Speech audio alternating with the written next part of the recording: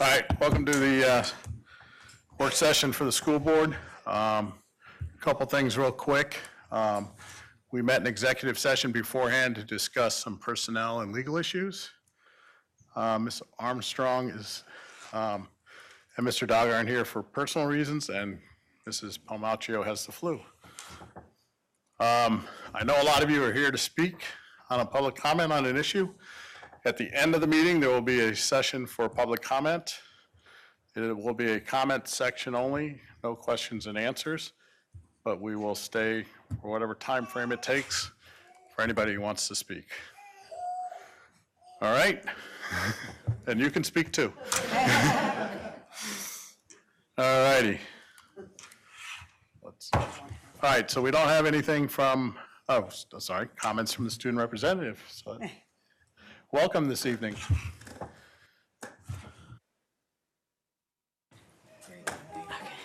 Hello. The high school successfully celebrated homecoming several weeks ago, and student council was very grateful and would like to thank all donors and volunteers who made the events possible. Also, congratulations to homecoming king and queen, Xander Utek and Kelly McGrath. After the weekend, the student council meeting was an opportunity for students to provide feedback. Many students felt that the pep rally could be more successful if it was longer, and we discussed the idea of hosting it outside. People also recommended that we elect male court members for each grade in order to make homecoming a more gender-neutral event. More recently, members from several sports teams found success in their postseason and were able to participate in districts and state competitions. We look forward to the fall show you're to see this weekend. Thank you, and welcome again. All right, Carol's our IU rep, so we will not have an IU report this evening.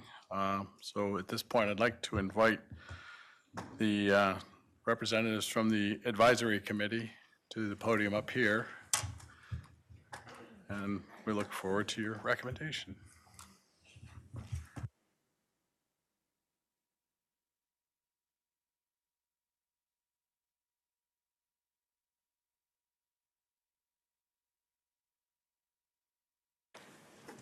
Really?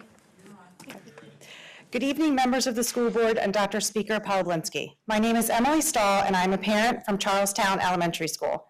Tonight, I am joined by other parents who served on the Community Advisory Committee for Elementary Boundary Realignment.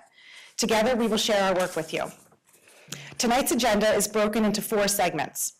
First, General Wayne parent Brian Opelski will give us a brief overview of the CAC and talk about its background and purpose, as well as the principles that guided our work.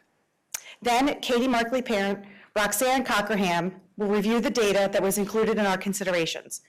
We spent time in all of our meetings and then in between meetings reviewing information that included district data and analytics from Forecast 5, enrollment projections, information from all townships regarding current and planned developments, and community input from emails, PTO meetings, and personal conversations.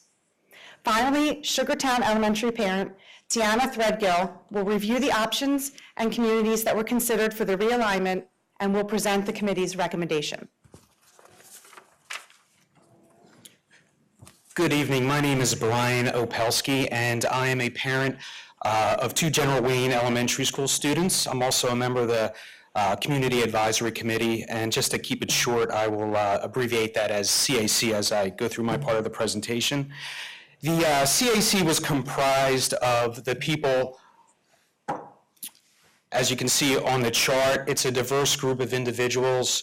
It was comprised of the principal from each of the elementary schools, 2 parents from each of the elementary schools, 2 members of the school board, and also various district level administrators. Most of the folks that participated on the CAC committee are present here tonight. Next, to give you a little background and purpose of the committee, the CAC was formed this past spring, 2017, and as I described in the previous slide, it's comprised of quite a number of people with a variety of backgrounds and a variety of positions within the school district. The objectives of our work were threefold. The first objective was to understand the current district elementary school enrollment and the future enrollment trends. Second, we reviewed and understood the current and projected development trends, building development trends that were both ongoing and planned within the district. And combining objectives 1 and 2 with the known building capacities that comprise our 4 elementary school leads us to our third objective, which is to recommend a change to the elementary school boundaries that would better help align each school's enrollment with the school's physical capacity to house those students.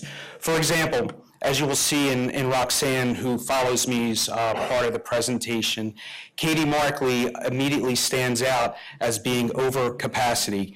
Katie Markley, as you will see, has almost 200 more students than General Wayne Elementary School, but General Wayne has an overall larger capacity to house students. Our overall objective was to formulate and recommend a solution to correct this situation for the foreseeable future. With this in mind, we developed the guiding principles to help the committee accomplish this work. These became our guiding priorities as we reviewed the data and the communities that could potentially be moved to rectify the situation. Our first guiding principle was preserving communities as much as possible. This means that we really didn't want to see one side of the street attend one elementary school while the other side of the street was forced to attend a different elementary school. This sense of community was very important to the committee, and to this end, communities were identified and reviewed, and those communities that met the criteria were investigated for further analysis. We were also committed to preserving the geographic proximity of the schools as much as possible.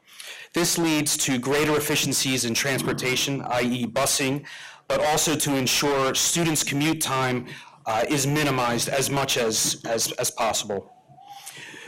We know that the change in elementary school negatively impacts any family who has to make this change.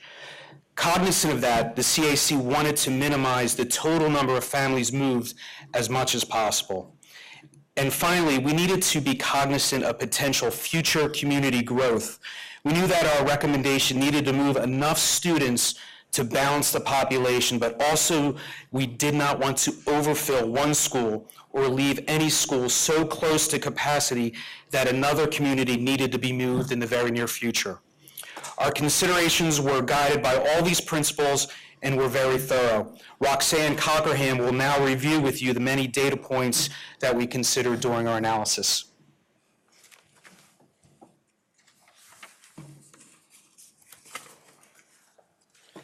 Good evening, everybody, and I will apologize for my voice. I'm very sorry.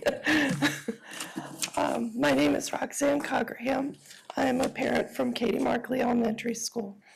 Over the past 6 months, the CAC spent a lot of time reviewing a variety of information, which we've outlined on this slide.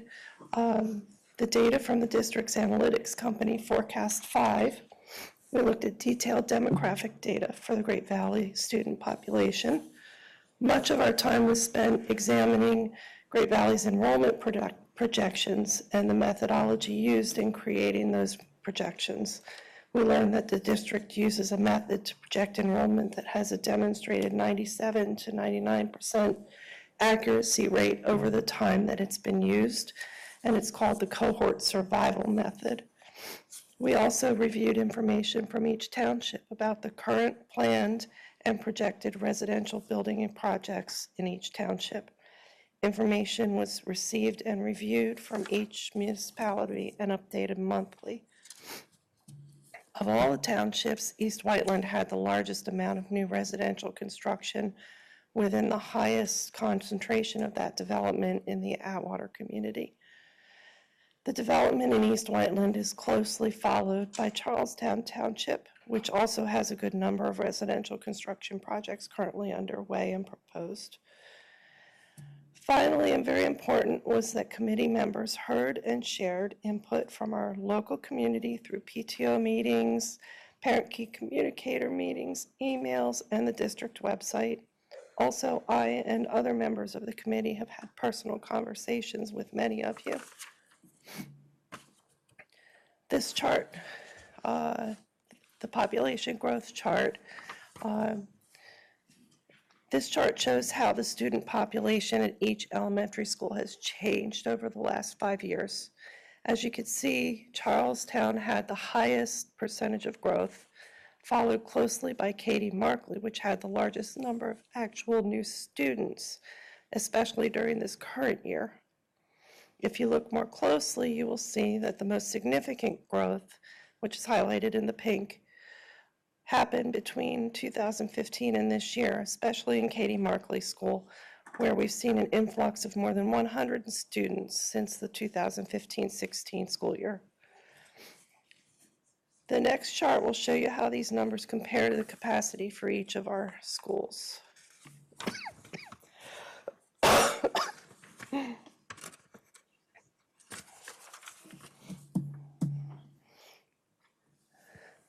So this chart illustrates the current enrollment of each elementary school, as well as the projected enrollment in the 2020 to 21 school year. The last column of the chart shows the rated building capacity for each school. As you can see, Katy Markley is already over its capacity, and General Wayne is actually under its capacity by almost 200 students. This made it clear to the committee that we need to move students out of Katy Markley and into General Wayne. This data was the basis for our considerations around realignment. And this final chart shows the elementary boundary areas as they currently exist for all 4 Great Valley Elementary schools. The gray area at the top is Charlestown.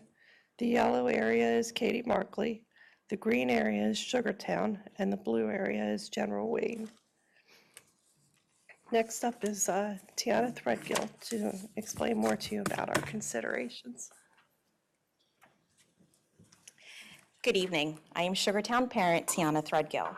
Because we quickly knew that students would need to move out of Katy Markley Elementary School and into General Wayne, the CAC, with the help of the administration, identified the communities within the current Katy Markley attendance area that have the appropriate number of students. Remember, to balance the school populations to better align with their capacities and to allow enough space for growth over the next 3 to 5 years, we would need to look at areas that contain roughly 45 to 85 students. We then looked at these communities according to their geographic proximity to General Wayne and being cognizant of future growth. The next slide includes a map that better illustrates the areas discussed and their geographic location. Here you can see the communities considered and their location in the district. Also marked on the map is a circle to show the general location of General Wayne Elementary School.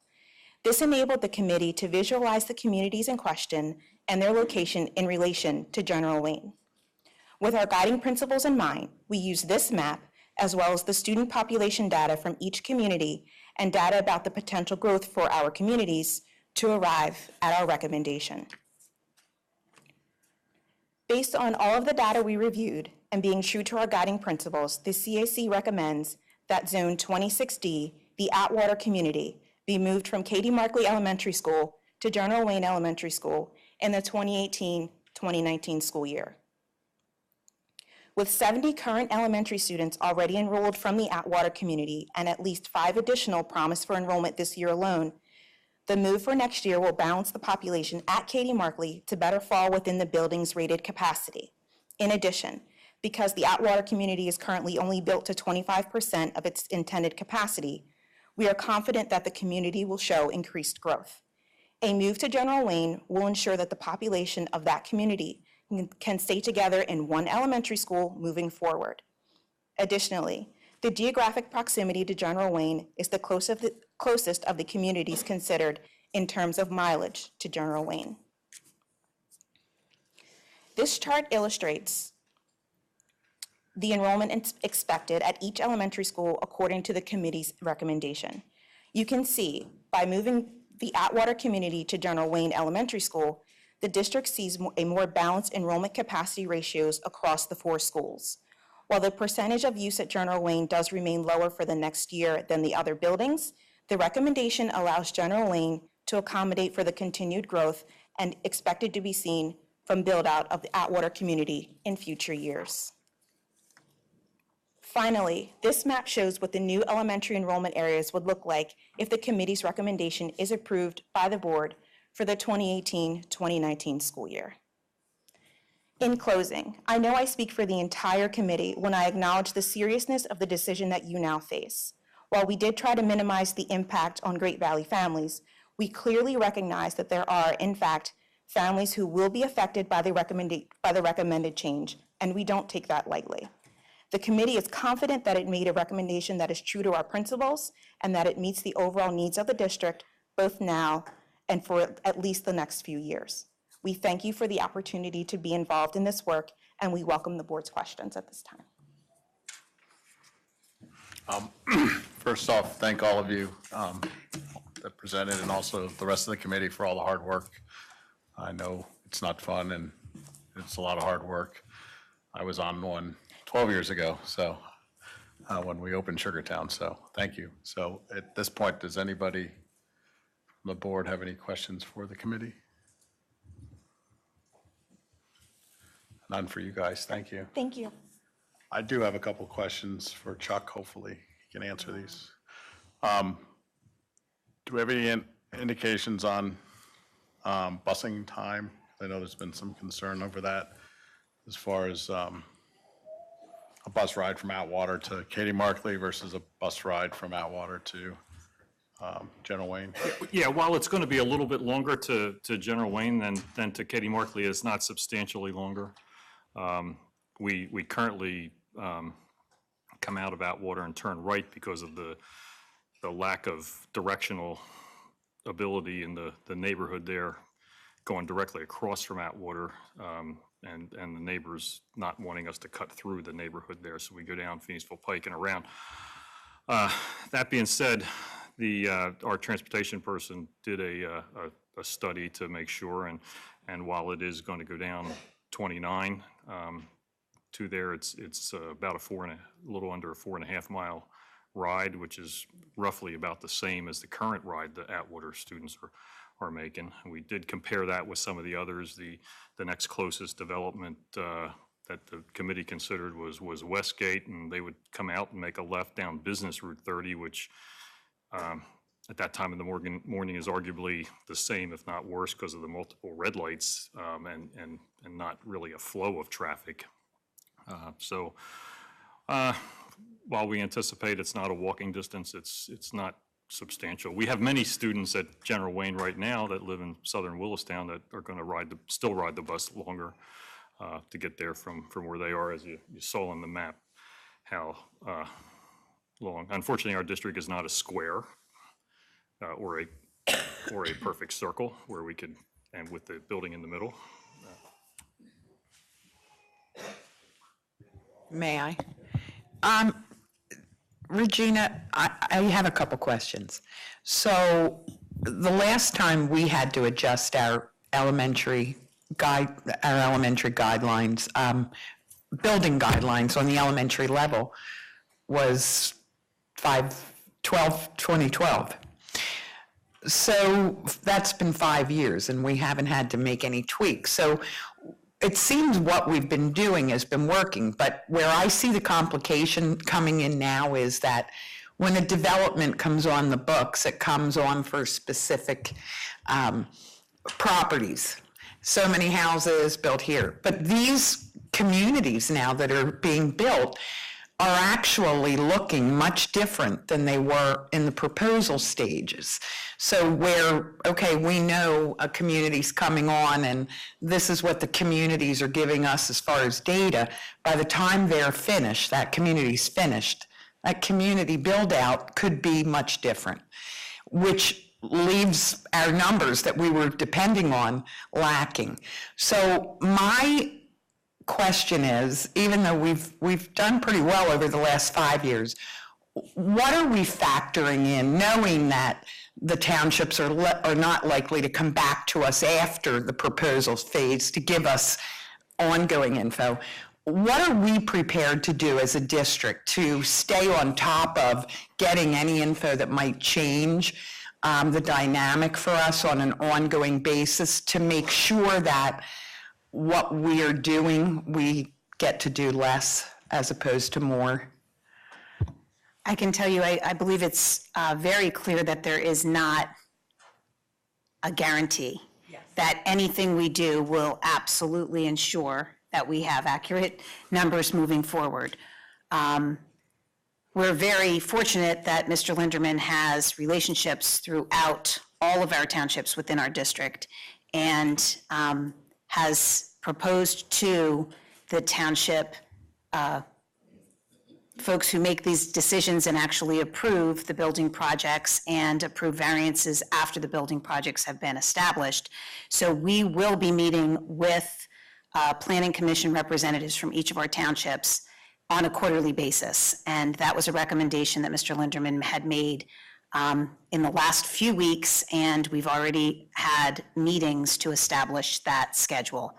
So it will be a very systematic approach to gathering information in an ongoing way. You're absolutely right. Oftentimes when developments have been approved, they are very, very frequently not realized in the format in which they were approved. So by the time the development is actually shovels in the ground, they oftentimes change that format. So that's one of the ways we're being very proactive. We'll continue to do everything we've done that, as you had, as you're aware, has been very successful up to this point in minimizing the number of district realignments that need to take place. However, with a lot of development, and the good news is we live in a very, very wonderful community that I am very thrilled that people want to live here. So it's a good problem to have. We just want to try to be as prepared and proactive as possible. So that will be happening, the systematic meetings with Planning Commission to try to project as far out as they have data available. And they've been very, very willing to set those meetings up. So we will be meeting quarterly beginning in January. Can I hit with a few questions? Okay, Just clarify a couple things real fast. I just want to clarify that Chuck in the business office has, I think, on a regular basis, has always gotten information from the townships on what's coming. What we've done more recently is try to formalize that a little more and to try to get more accurate information as it constantly changes rather than when it's at the very proposal state. So I just want to make sure everybody realizes we didn't wait till last week to all of a sudden start doing this. We've been doing this for years.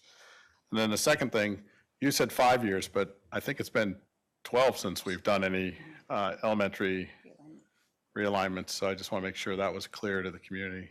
It was back when we opened Sugartown, so.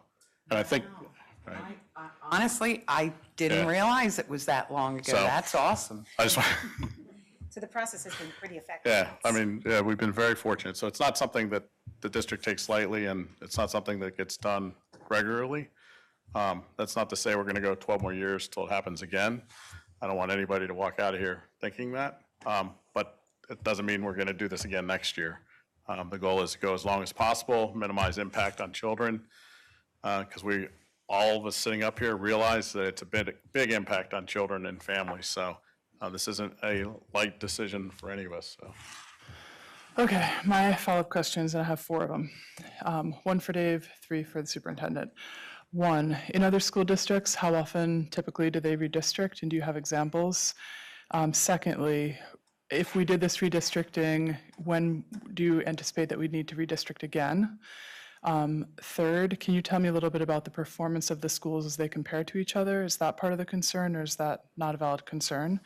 And the last one is for Dave. Dave, going forward, can you give a little information about when a vote would be, what the process is, anything like that? Thanks. I believe I've captured your questions, Mrs. Gunderson, but if I fail to be accurate, the frequency of other districts and their realignment practices, that's no problem. Statewide, on average, districts look to realign, whether it needs to be actually realized, is a 3 to 5 year period. The very fact that we have not has been shared with me by area superintendents. We meet once a month and have these conversations very frequently, because as you can imagine, it's very traumatic. Change is very difficult. So the 3 to 5 year is something that districts plan for. We've been very fortunate that we've gone 12 years without having that need. When do I believe that we will be revisiting this topic?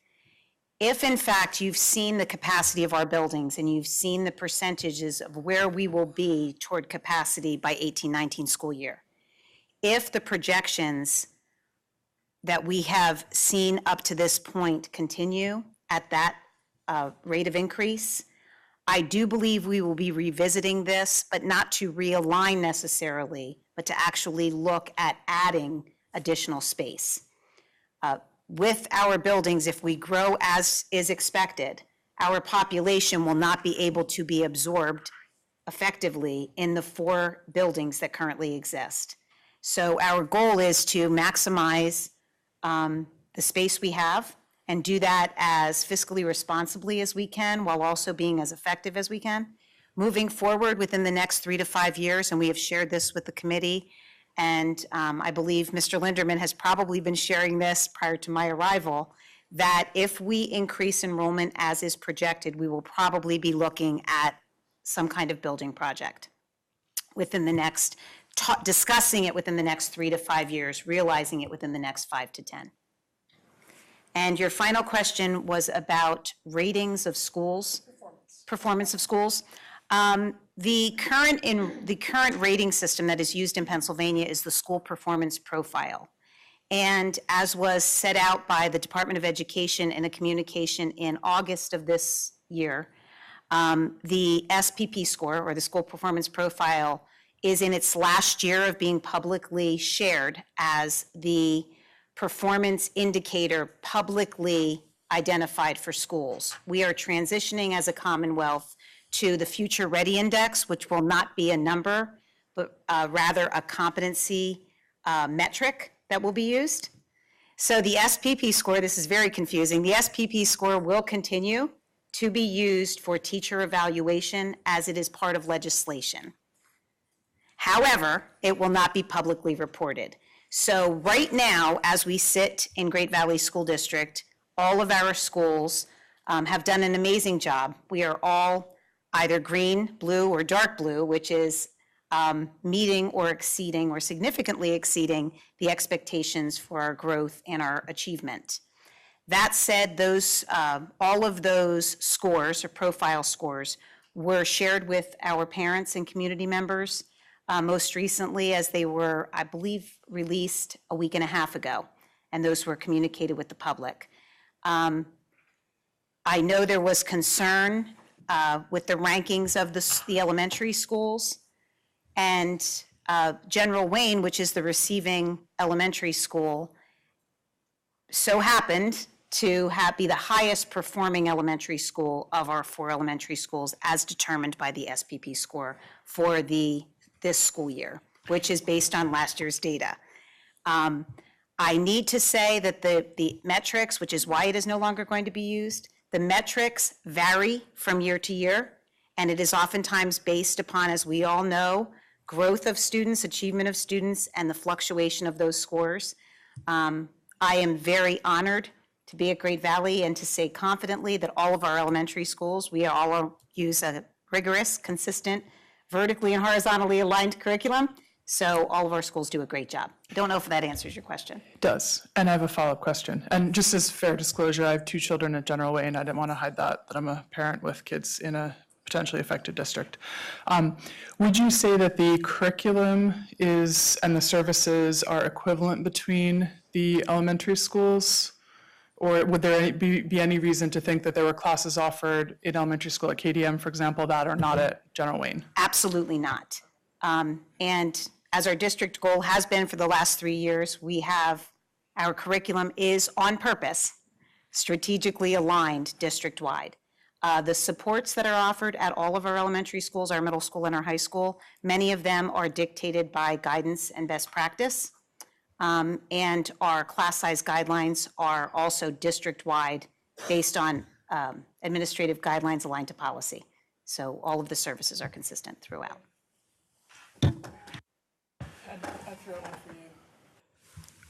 Hey, Regina, just a quick question too. I mean, obviously this decision, to the extent that, we proceed with this recommendation, is going to impact all, what about 60, 70 students?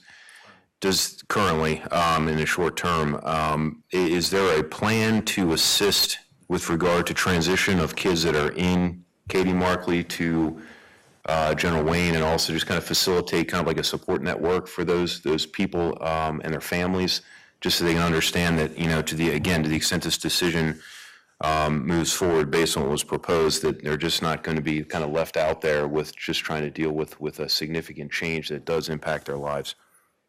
Absolutely. Thank you for bringing that up. I have to give incredible kudos to Mrs. Morris, the principal of Katie Markley, and Mrs. Citron, the principal of General Wayne. Prior to any recommendation being realized, there was much communication about how can we proactively make sure that new members of the school community are welcome and feel very a part of the new community. What that looks like has not been strategically planned because we don't have the crystal ball for new development, nor do we have it with the recommendation. But yes, we will be very proactively working to bring communities together and provide any supports for families as well as children. One thing that I believe is very important to remember, children oftentimes respond to the adults' perceptions of those around them.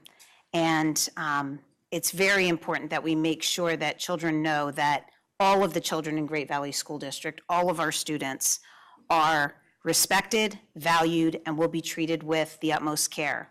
Our administrators frequently say that every child in the district is treated as though they are our own personally connected human being. And that will be the target moving forward with this transition, as is every day in Great Valley. I have one more, Regina.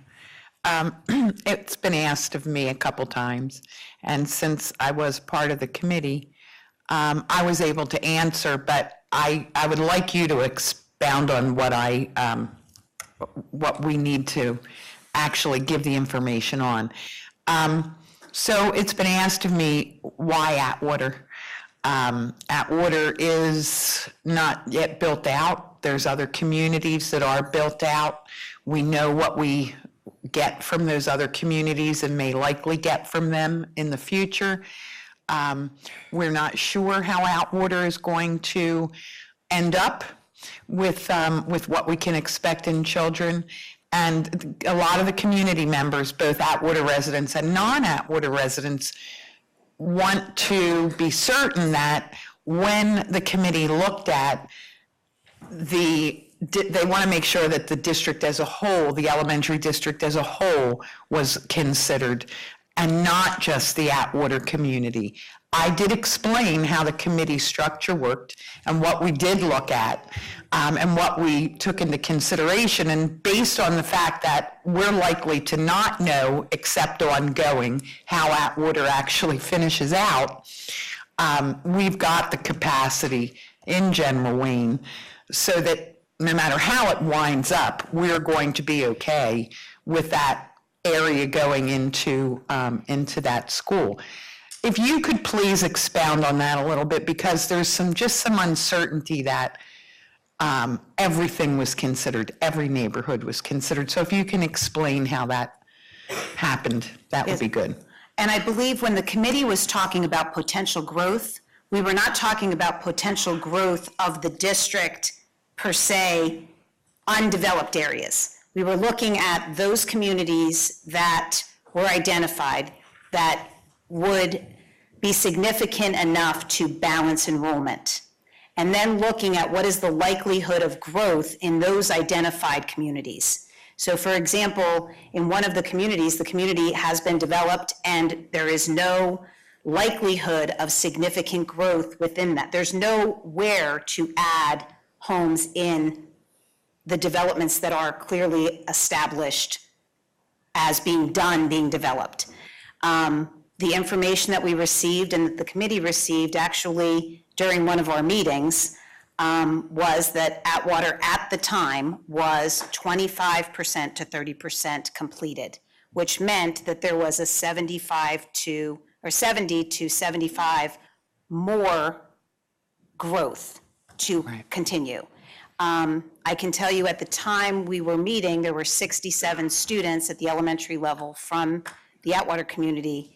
As of today, there are 70, and as of Wednesday, next Wednesday or this Wednesday, there will be 75 based upon those that have called to enroll. So the rate of that growth was definitely taken into consideration because if you remember, one of the guiding principles of the committee was to minimize the times that this committee structure would have to reconvene to cause or to trigger a realignment.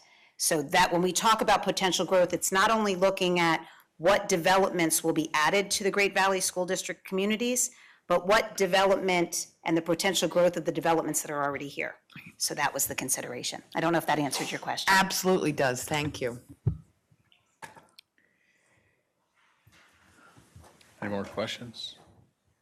Other than the one I get to answer? All right, so at this point, the board will be voting on this next week. This is not a voting meeting. This is a work session. Comments will be at the end. The vote could be either way. I'm not going to tell you one way or the other. It's not, we haven't discussed this other than what you've just heard. So, but that's how the process works. So next week will be a voting meeting and we will either accept it or we will turn it down and try to decide where to go from there. Dave, could you just explain to the community,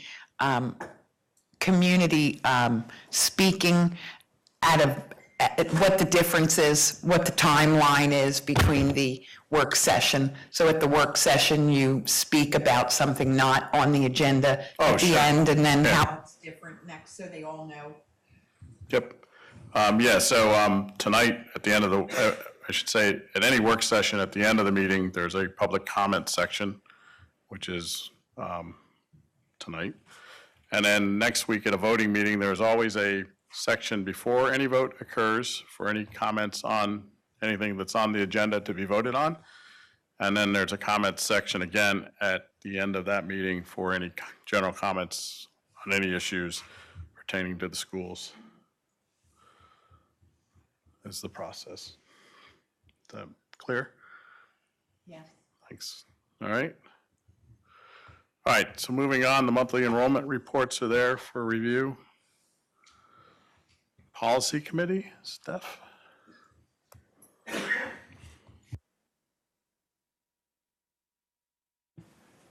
Okay, the Policy Committee met on November 8th, and it was Jen Armstrong, Dave Barrett, myself, as well as Regina, Chuck Linderman, and Dr. Gaffredo. We met at 7:30 in the morning. Policy 246, Student Wellness. This policy was vetted last spring and went to first reading.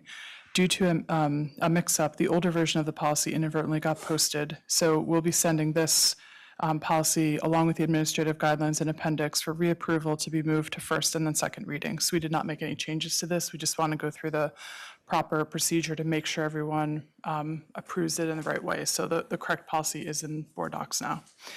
Okay, policy 303.2, 403.2, and 503.2. This is about nepotism for administrative, professional, and classified employees and the administrative guidelines. In the family member paragraph of the definition section, the list of relationships was updated. Now included are domestic partner, as in spouse, domestic partner, step grandchild, foster grandchild, brother-in-law, and lastly, first cousin. And if the board did feel like further relationships should be included in that, we can change it. But for right now, we are expanding it, just so that's perfectly clear. Policy 311, 411, 511, and the administrative guideline. This deals with suspensions and furloughs for administrative, professional, and classified staff. Policy 511, reduction in staff classified employees, was formerly a separate policy. It will now be included as a package with policy 311 and 411. Policies 412, 512, our evaluation of professional, temporary, professional, and classified employees. These policies were updated to reflect new changes in the school code. And I would urge everyone to read those over just so we're all familiar with what the school code changes were.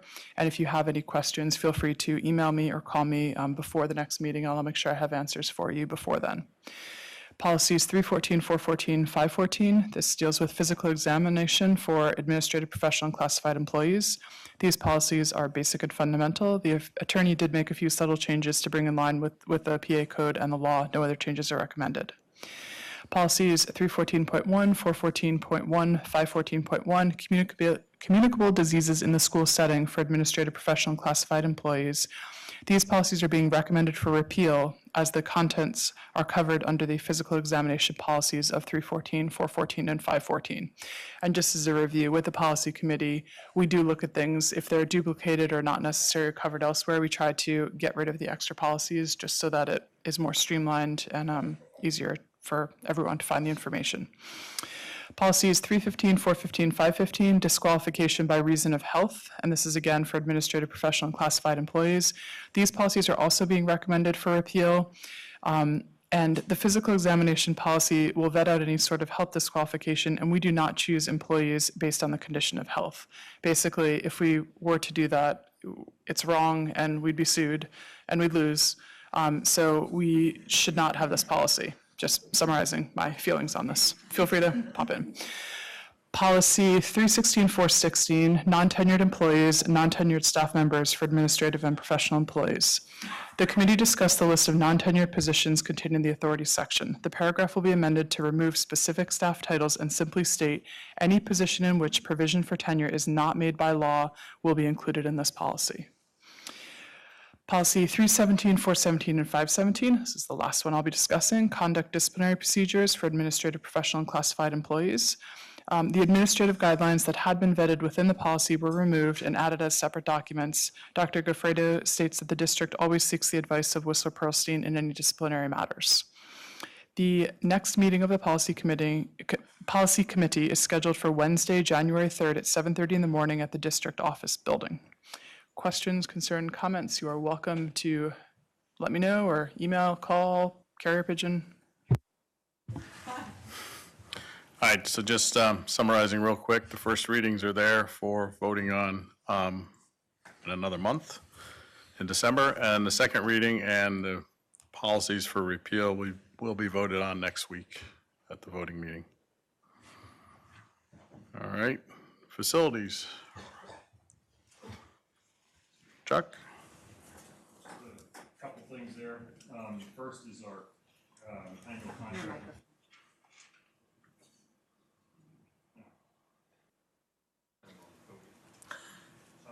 Just on there,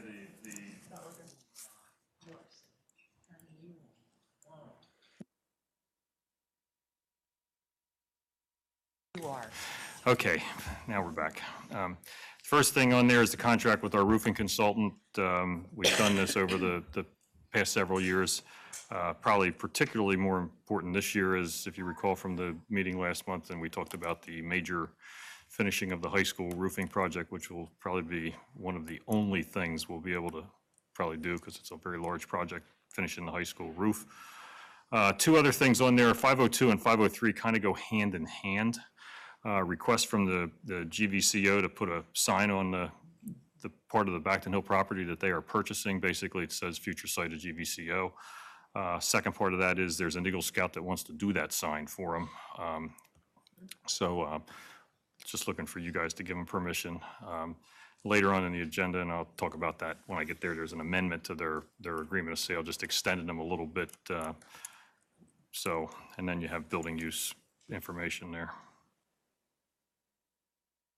Private transportation contracts, those are contracts for specialty contracts, a lot of special education contracts, and a lot of contracts that deal with one student, one place that cannot go on some of the big yellow buses. Food service, it's the time of year for net share. There was a small net share this year, so the net share is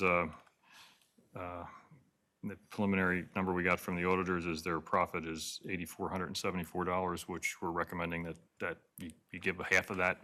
It's rather small compared to prior years, but it's still a net share. I'm done till finance. All right, so on to finance. So the board is in the process of beginning some preliminary studies on budgeting process for the next, basically all spring. And one of the things we continue to talk about is healthcare costs and some of the increases that we've seen recently. So we had our healthcare consultants, Gallagher, put together a quick presentation for us to bring everybody up to speed on what we're seeing and what they're really seeing from a professional point of view. So, thank you. Thank you. Good evening, everybody. My name is Christine Brown. I'm the public entity niche leader with Gallagher Benefit Services. And with me to my right is Kristen Kotz, and she's the senior consultant that works, we work alongside of each other to provide consulting services to the district. Today's agenda, we will review medical claims, overall medical utilization review, prescription claims and utilization review, high claimant information, and the plan year 2018-19 healthcare projection. And then we'll have questions. So the district's plan runs from July to June. So we took a look at the last 2 plan years and the cost. And unfortunately, there was a very large increase in the medical net payment amount.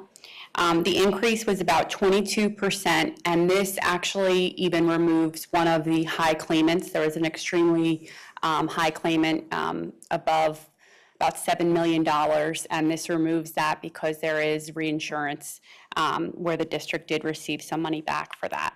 So you can take a look and see the medical net payment per member per month is at $415.84. When we take a look at Blue Cross's norm data for other schools in this area, it's at $385.41. So we are above where we were last year, and we're above the normative data as well. The next slide talks about prescription drug trends because what we're seeing in general is a large increase on prescription drugs, and that's primarily due to specialty drugs. Specialty drugs continue to drive the overall prescription drug trend.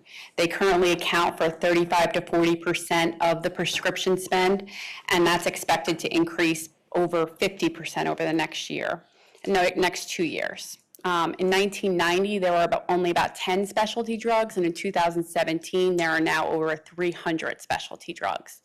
This is because the manufacturers are focusing on specialty because that's where the cost is. So on the next slide, we take a look at the district's utilization for prescription drug. And the net cost has decreased slightly from an overall perspective, but when we take a look at the specialty cost, it went from $669,000 to $721,000. So 1.7% of members are using 41% of the overall prescription drug cost. So 1 or 2 members can really change the overall cost of the prescription plan. Specialty drugs range anywhere from a couple $1,000s a year to up to $1 million a year for one drug, for one person. The next slide goes into the top prescription drugs by cost. So the majority of these drugs are specialty, but you can see that the costs are anywhere from $35,000 to $140,000 for the year. So 44 members equated to approximately $800,000 in annual prescription drug costs. This, compared to what we see amongst other school districts, is actually not even that bad because, again, there are certain drugs that could cost much more than this. We have one district that has a spouse on the plan, and that spouse takes $1 million of prescriptions per year, and it's for a condition where she's going to have to take that medication for the rest of her life. So unfortunately, drug costs are expected to continue to increase because of these specialty costs. When we take a look at the medical on the next slide, we talked a little bit about this previously, but the medical costs increased by about 22%. So for a couple of years, the district was running really well, and over this past year, the claims increased pretty substantially. It was a result of some high claimant activities and overall utilization of the program. When we take a look on the next slide of the prescription drug costs, as mentioned, the prescription costs decreased slightly, which is great, but the specialty costs increased. So when we take a look at that orange bar is the specialty cost, and that's something we have to continue to monitor because one or two medications could change the overall drug spend very quickly. The next slide goes into the medical and prescription total costs. So the total costs increased by over 14% for medical and drug. So unfortunately, that's above the trend in the area. We're seeing around 7% as trend, and the district last year increased by more than double that. One of the reasons for an increase is high claimant activity. Over the last couple of years, we've been seeing more and more high claimants and more claims that are exceeding $1 million per year. This is a result of several things. One is healthcare reform or ACA mandates. Now policies must cover individuals on an unlimited basis. Previously, there was $1 million limits every year. So now the providers know that they can bill more than $1 million if necessary. So from 2009 through 2016, the number of multi-million-dollar claimants increased by about 70%, according to a Sun Life Stoploss research study. It's also due to new costly specialty medications, new technologies. A lot of these things are great and can do great things as far as treatment, but unfortunately there is a cost associated with that. When we take a look at the next slide, this goes through the high claimant activity, so claims over $100,000 for one individual. In 15-16, there were 5 claims that were over $100,000. In 16-17, there were more than double that, 13 claims. Also, the claims above $100,000 were about $750,000 in 15-16, and there were almost $10 million in 16-17. Again, that is primarily the result of one high claimant, but there were also some other high claimant activities in there. The school district does have stop-loss protection, which means that there's an insurance that covers over a certain threshold, but just similar to any other type of insurance, when you use it, the cost for that insurance increases. So for example, car insurance, if you get into an accident, unfortunately, the insurance carrier is going to want to make their money back. So this year, the estimated annual premium for that coverage is about $400,000, and we expect that to increase over the next year as well. So finally, that leaves us to just some early projections that we're providing. Unfortunately, this year, we're looking at some high increases in the medical and prescription drug costs. So these are merely estimates. We have, it's a little bit early to project, but this plan year compared to what we saw last plan year has a lot of high claimant activity, and the medical costs are anticipated to increase over 18%. The prescription drug costs, the prescription drug plan is running a little bit better, but we're still seeing some high activity there, and that's expected to increase about 15%, giving an overall increase of just under 18%, which is $1.7 million increase. So this is just to give an idea of budgeting for medical and prescription in the future. You know, we went through everything very fast. There are a lot of information here. Do we have any questions that we can answer?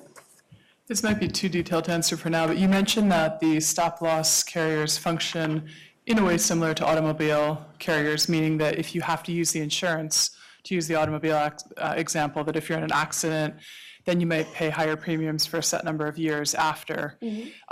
Any idea of how many years for stop loss it would extend? Well, it does depend on how your plan is running this year as well, and unfortunately, this year, we're seeing high claimant activity as well. So from a trend perspective, we are just seeing more and more high claimants, and the claimants are higher than norm. So we don't anticipate the increases in stop loss coverage decreasing anytime soon. And this might be a question for Chuck, but the schools that don't have stop loss claim, when they get hit with $1 million drug or claim, what happens? Just to clarify, we are self-funded, and you're talking about schools that are self-funded also, they have to pay it. Our claims last year were pretty unusual, and it's good that we had stop loss. From 2010-11, the first year we were self-funded, through 2015-16, I think we closed, I don't even know if we had a stop loss claim. If we did, it was the kind of claim you wouldn't turn into your car insurance because it was so little over. However, all of the premiums for all those years were chewed up this past year. So how the underwriters for the stop loss carrier deal with us for next year, this year's was increased, not substantially, because the underwriting would not have finished the 16-17 year for the 17-18 underwriting of the claim or the insurance. Next year it's a little scarier, but all in all, we've done pretty darn well, self-funded. It's just a little scary to see some of these budget numbers because these are actual budget numbers. And a lot of this is not specific to Great Valley School District. We represent many school districts within Chester, Delaware, Montgomery, and Bucks counties. And unfortunately, we're seeing prescription drugs, very high increases because of the new prescription drugs that are coming out, and then very high increases in high claimant activity as well. So from a budgeting perspective, it does make it a little bit more challenging because, as you mentioned previously, in former years, you would not have had to increase the premium as much as is expected to be for the 18-19 year. And part of the pharmacy reduction from 15-16 to 16-17 is through Gallagher, and they represent the Delaware County Consortium. We were able to jump into a RFP for pharmacy services, and we changed from Express Scripts to CVS, and saw, while our plan design stayed the same and all of our programs stayed the same, saw a much more efficient operation, and thus the small reduction. To me, keeping the same is a win. This was actually a big win by reducing it by 100,000 or whatever the number was there. Yes, and you were able to, there's over 20 districts that participate, and basically you have greater buying power, so better discounts and better pricing through the CVS Caremark program. So all of our school districts saw either a flat, no claim increase or a reduction in their claim cost as a result of that new contract. We do anticipate that being the bottom, though. Yes. That's why next year's. I understand projections are just that, and you're basing some of your information on, obviously, the information that you have in front of you. But just speaking realistically, I mean, how reliable is that projection for next year with the increase? And is there a way to look at the information you have in front of you and say that could be, plus or minus 5% or more? I mean, I would say it could be plus or injuries, minus 5%. That's a good point. First of all, we are somewhat conservative when we provide projections because we never want to provide a projection and then have to increase it a lot more. But unfortunately, from what we've been seeing with these high claim activities, it can really swing the projection one way or another. So this may not be the cap. Unfortunately, it's very challenging to tell, but with the numbers that we have right now, and the data is through the September timeframe. So with that information, these are the projections. For the actual July renewal, the data that we'll utilize is usually through the March timeframe. So we'll have a little bit more data, and it all depends on really how the plan is running between now and then. So if it continues to run the exact same as it is now, then we can expect this type of increase. Just make sure I heard you correctly. We're running about 14% increase over last year? give or take, About 18% increase. 18%, there you go. And other schools in the area running, On the medical side, we're seeing many schools that are around the 7% range. Again, there are some outliers that are experiencing the same thing that you are as far as high claim activity on the prescription and high claim activity on the medical. That's really causing. but in general, increase. you're saying is we're one of the outliers. But in general, So it's this just, is a little bit higher than norm. and as Chuck, I think, pointed out, one of our problems is because we're self-insured, all this cost is part of our budget. It's not like we're paying a premium and Right. some insurance company's covering this. We are the insurance company. Yes, And I will add that in prior years, we were the outlier the other way. Right. exactly. Yeah, so- That's Historically, it's exactly right. benefited us You know, well. Generally, we're coming with our audit and saying we didn't spend this money because we budgeted too much for healthcare. You're going to see a little different thing next Well, month. if we were not self-insured, I think our premium costs would be far higher than what we've been They would shelling be. out, right? If, So, if you were to get a fully insured quote from a carrier, you could expect to see 20 to 25% because they have additional funds that they keep. And there are other additional taxes that are paid as well. So to be self-insured is the most cost-effective, but you do pay actual claims. So if there is a $7 million claim, you pay that claim. But it has benefited the district. all right, any other questions? Thank you. Thank you. Appreciate the update. You're welcome. All right, the next thing that we had asked for was a little bit of input into personnel costs and personnel projections. It's next on the agenda, so. Yes, and Dr. Gafredo, Dr. O'Toole, and Dr. Wexler are prepared to share not only the personnel, we're looking at years in the past as well as projections for the future. And one of the things that was shared that we've been discussing as a board over the last probably year and a half were the increased personnel numbers, that we're increasing staff. And I think it's only fair and transparent to say, yes, that is in fact true.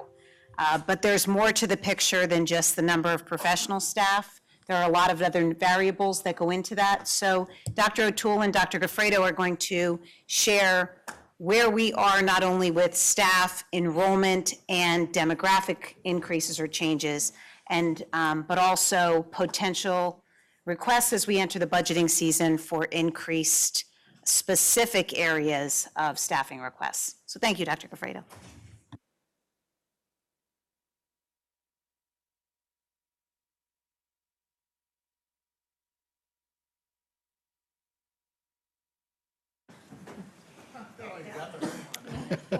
Thank you very much. I appreciate that.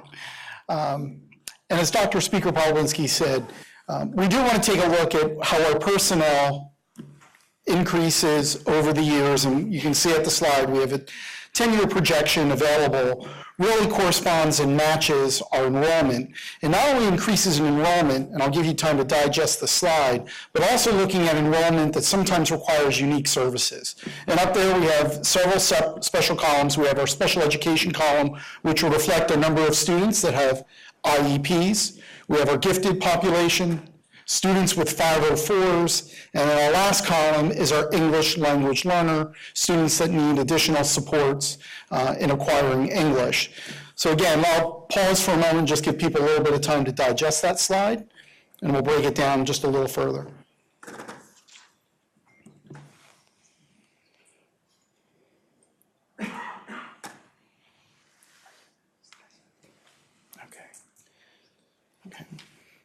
Just one thing I do want to highlight is, as you take that in, you could see the 10-year trend, really during the economic downturn and some of the difficult decisions that Great Valley had to make, I think we weathered that storm quite well in the financial difficulty and stressors that really went nationwide. Then you'll see, as soon as the economy started to rebound, also our enrollment started to climb up. And if you really look at the last 3 years, you could see, particularly with the 2016-2017 school year, I want to highlight that those really are all-time high enrollments. As you look at the 16-17 school year, last school year, special education is at an all-time high. When you look at the gifted enrollment last year, an all-time high. Number of students with 504s, at least I'll say a 10-year high, and certainly you can look at the rapid increase of our English language learners. So I think last year, in terms of Great Valley and over the last decade, was very unique, and certainly we see some of the trending continuing into the 17-18. Please know those numbers are not complete. They're really just as of, you could see November. So that sets the stage, I think, for where we are, and I know Dr. O'Toole is going to talk a little bit about some of the needs and the requests moving forward to serve the needs of the children you see up there on the slide. Oh, or actually, Dr. Wexler is going to go next. I don't know if you need that. Yeah, thank you. These 4 staffing requests represent a projection in terms of I want to say that it is November, so we're trying to project needs for the next school year. At this point, based on the data that we are seeing, kind of speaks to the slide previously, and I will go through the rationale for each in a subsequent slide, but we're looking at potentially the need for a full-time school psychologist, 1 elementary autistic support teacher, a 1.0 speech language pathologist, and a 1.0 high school learning support teacher. The 1.0 represents the full-time equivalency that we see as the need. And the rationale behind these requests is I'm starting my 4th year in Great Valley here as the Director of Pupil Services, and in prior years there were corrective action measures taken for evaluation timelines, and we have been able to meet expectations on that since the time of prior corrective action. The challenge we're facing is the number of evaluations per year continue to increase. So last year, with 5 full-time psychologists, we conducted almost 700 evaluations. So that was an all-time high for us, and as you can see, the numbers of students that we're evaluating and the numbers that we're identifying are increasing. The district has also been on an improvement plan for least restrictive environment, and in addition to that, looking at the need for what we call pre-referral teams. So what we need to increase is our capacity to have a building-based, what we call child study, a pre-referral team at every building that is typically led, when you speak with other districts, which I have done routinely, that's typically led by the school psychologist under the direction of their administrator.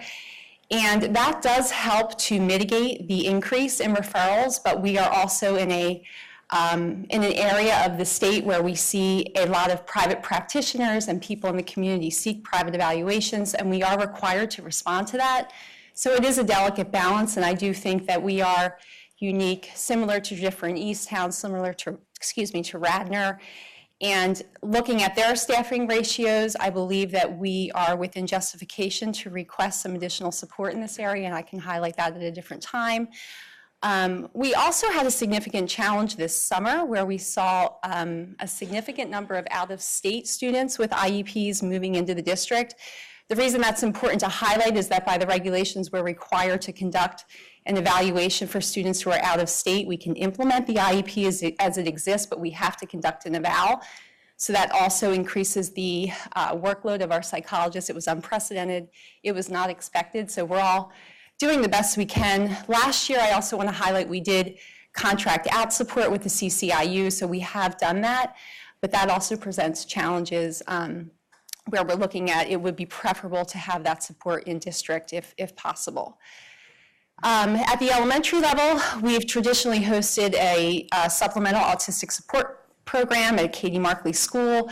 We moved 1 teacher last year due to a lesser demand for the need for the second classroom to support students in 2 other elementary buildings. Unfortunately, that has only been a Band-Aid for this year, and we will continue to need to run 2 supplemental classrooms at Katie Markley. Looking at our early intervention numbers, we have 60 students transitioning from early intervention. We can only have 8 students in those classes. Right now, we're at 7, and we know we have more coming with students who aren't leaving. So that's sort of a compliance issue that we really don't have a lot of control over. Speech and language, we're looking at a prior practice of articulation plans is no longer allowed. We're using an IEP process that has increased the need for our speech therapists to conduct thorough evaluations and also run all of that service through an IEP. We've contracted out that support over the last year to remove prior corrective action, and we feel that we need that staff to maintain what we're doing to stay in compliance. And then the last piece is as you see the numbers of the 504s, the gifted, and the IEPs increasing, that puts a time factor on our building administration for meetings to attend is what we call LEA. So we have this year very graciously had a high school teacher on assignment helping in our department, but really being deployed to the building level to support the large number of meetings that occur and the need for additional administrative support on that venue. And if we would request that we maintain that for next year. However, that teacher's assignment as a teacher would need to be filled if we were to continue her in that role. So that is the reason for the high school teacher request would be to step into that role, assuming we would maintain the structure that we have. So again, right now this is projections, but I think with the trends that we're seeing, we've definitely felt sort of the increase in the need for the support to maintain the quality and the integrity of our programs. And of course, it's all subject to further consideration, but this is what we're seeing at this point in time. I think one thing as we're transitioning to teaching and learning, one highlight that Dr. Wexler has identified is the compliance issue. When we're talking about specific programming under IDEA, the Individuals with Disabilities Education Act, there are requirements that are federal mandates. So when we're talking about timelines, it's not necessarily to only be proactive, it is to remain legally compliant. So when, for example, when we receive a permission to evaluate, the evaluation must be completed within 60 days. So it's not 61 days, it's not 60 days if you can make it happen, it is 60 days. And if those timelines and those maximum caseloads, again, dissimilar to our class size guidelines, which are guidelines, when we're talking about special education class size caseloads, those are maximum caseloads that if you exceed them, you are out of compliance, which lead to litigation and potential corrective action. And the list of digging yourself out of those negative situations is far more costly than proactively setting yourself up for compliance and best practice. So I just wanted to make sure that we were clear on the difference when we're talking about compliance issues as it relates to special education and 504s, which are plans under the Americans with Disabilities Act, typically having to do with medical conditions. Could I ask Joanna a question, Stephen, before you get started? Joanna, I'm doing the math here, and approximately 42% of our student population receives special services? Yes, I mean, depending, it varies by level and by. I'm using the 2017-18 year, and I'm basing it on a student enrollment of 4,200, which I know is wrong, but it's close enough. It's like approximately 42% of our entire student enrollment. But just to be clear, you could have obviously a student with special ed who's gifted, like without a doubt. It's special services. I'm not saying I'm saying between our ELL 504 population, gifted population, and special education population, am I right? It's 42% around about?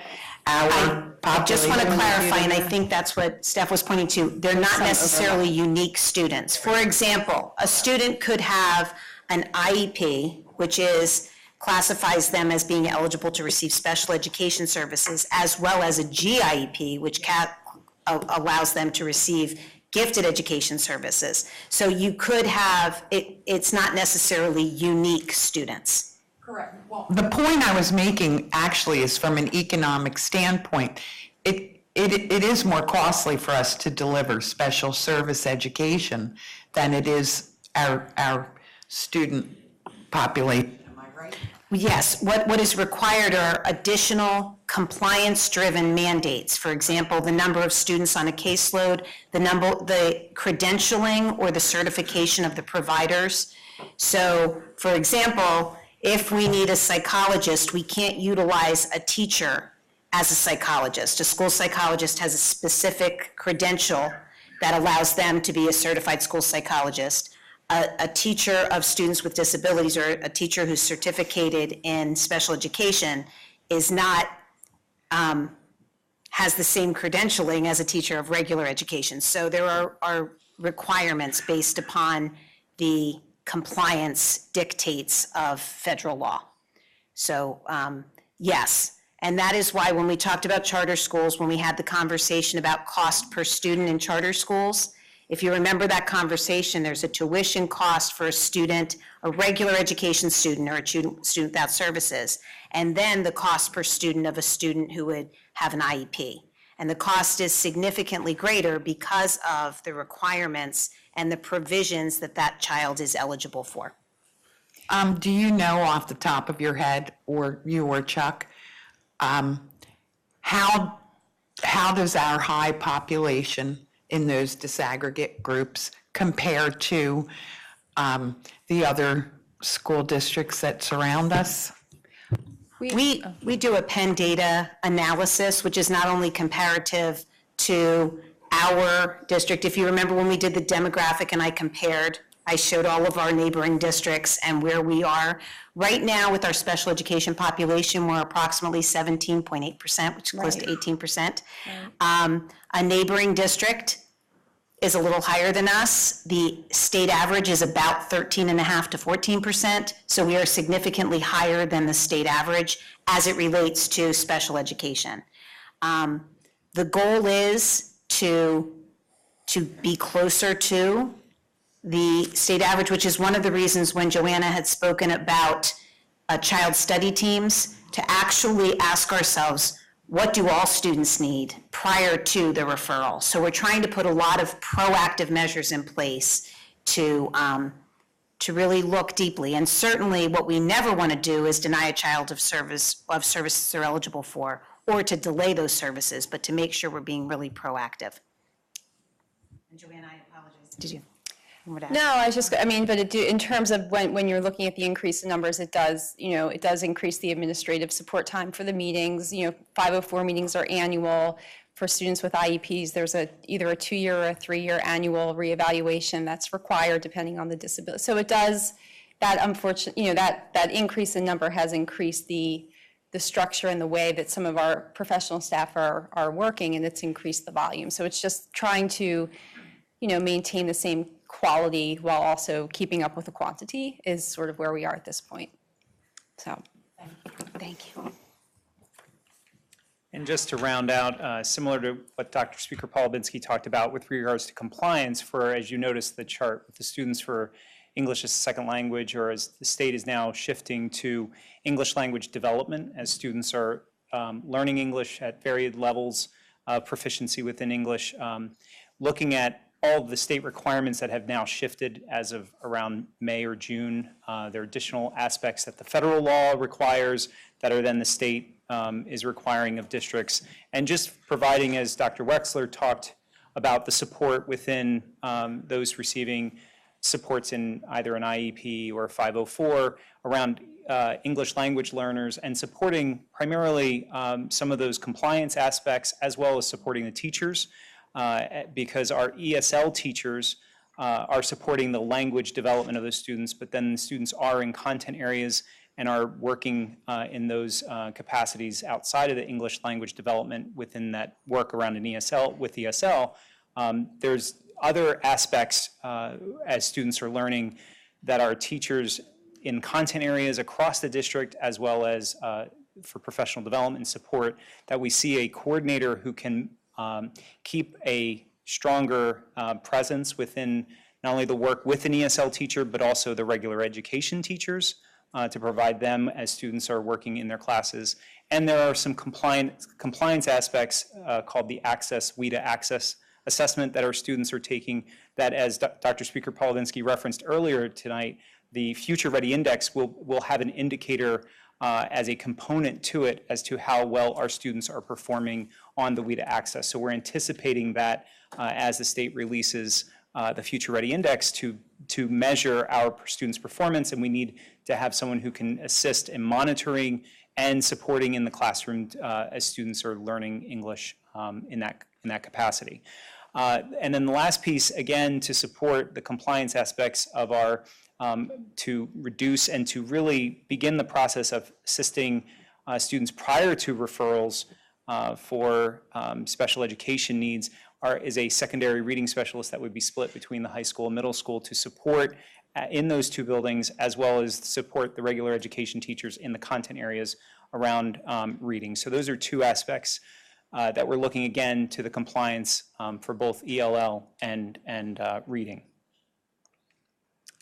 And that concludes our overview of our anticipation right now, where it stands as we start considering staffing needs for the next school year. So my question's not for you guys as much for her, so, but in case they have any, don't We'll move. stay up here. Yes. So, I mean, I get all these compliance and regulatory aspects, and we've always supported those. My concern is on the other side, where we've added different programs across the years. We've staffed up STEM, which to me says kids are coming out of other classes, potentially taking STEM classes. So we really never get to the point of discussing programs that are underutilized or not utilized at all anymore. And so during this budget cycle, I want to make sure we take a hard look at what programs we may need to cut back on, or eliminate even if they're really underutilized, because that's something that we just continue to avoid every year discussing.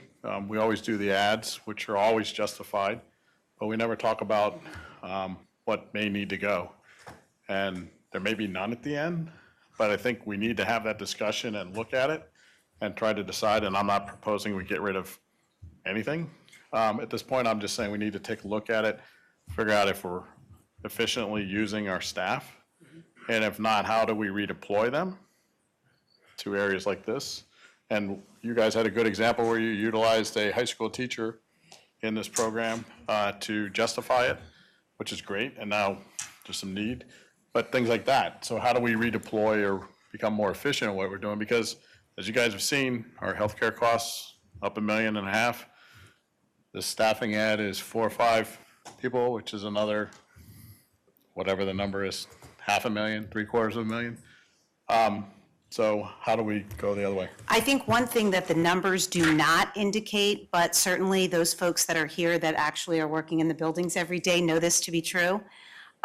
We added STEAM, and based upon the reorganization and looking at class size guidelines at the middle school and high school, and really spending a lot of time in balancing those classes, 2 of our middle school teachers were actually redeployed to the elementary school to cover those STEAM classes. We also had an elementary PE teacher who has moved, when we had the retirement at the high school, we moved the middle school PE teacher back to the high school, and the elementary teacher up to the middle school, because of the addition of STEAM lessened the number of PE across a 6-day cycle from a 5-day cycle. So that is not showing up in the numbers, but that work we will continue to do. And I completely understand. And when I'm told that, actually I've been asked a number of times, with budget cuts, have we decreased staff? The answer is, one, there have not been budget cuts, as you can see by the numbers, and two, we have not decreased staff. It is truly maximizing the resources that we have and trying to make really solid decisions to provide the best program for children, and we'll continue to do that. And the redeployment of staff as best as we can to make sure we're aligning with those areas of expertise as well.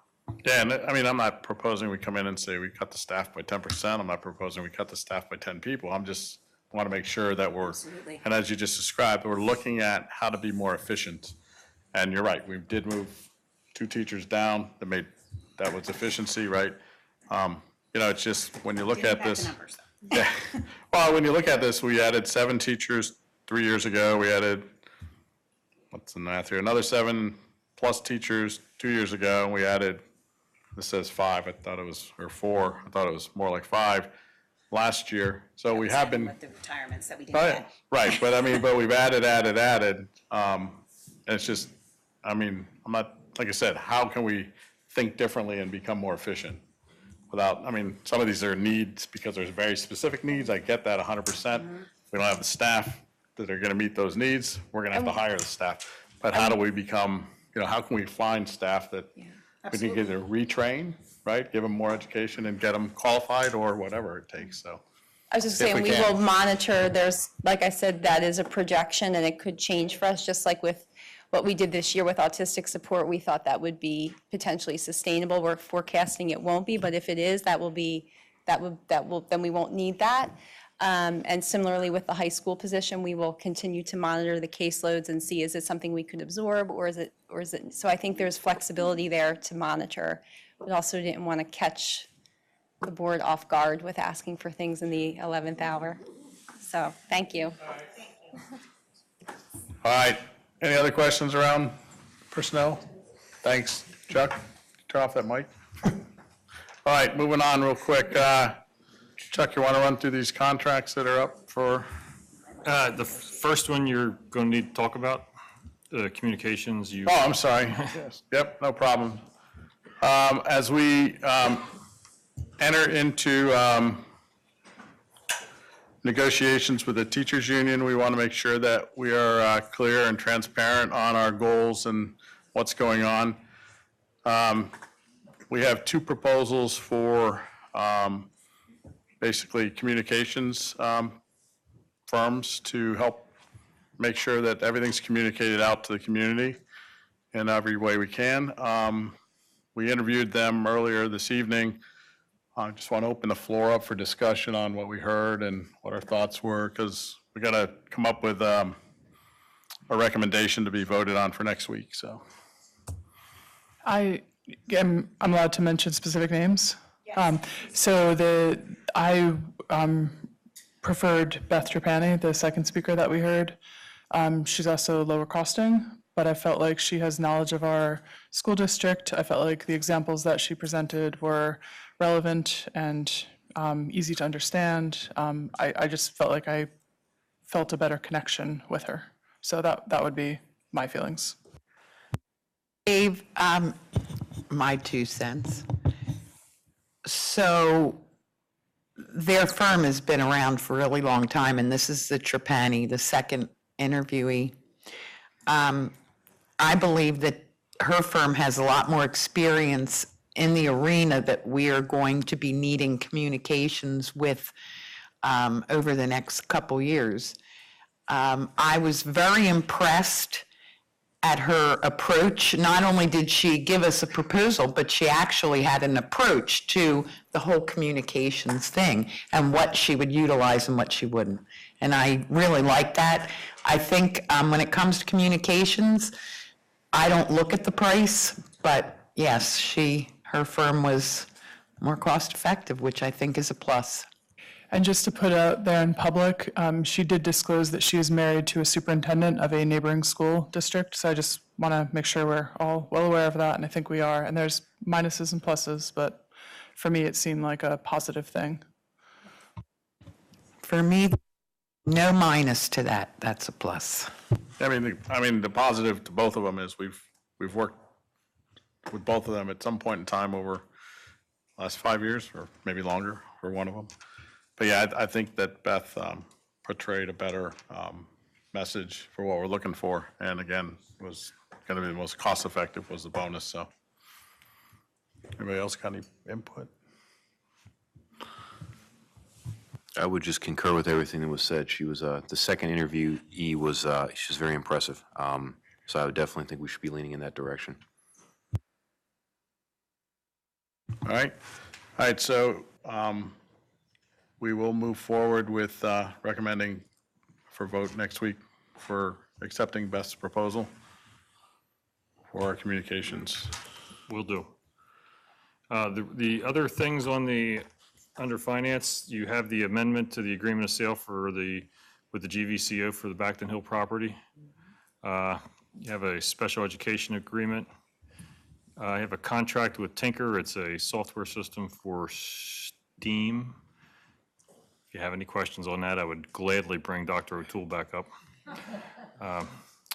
Acceptance of donations to the high school from a generous donor.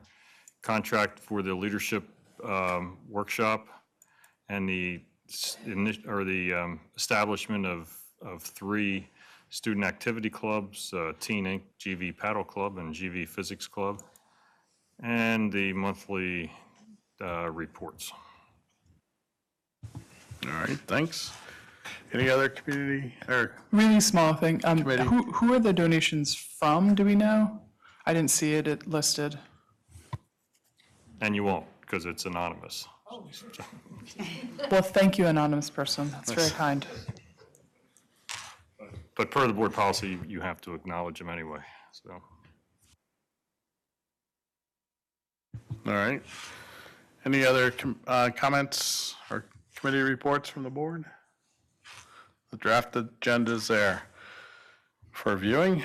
All right, at this point, I'll open up the microphone for public comment. If you come to the podium, state your name, what township you live in.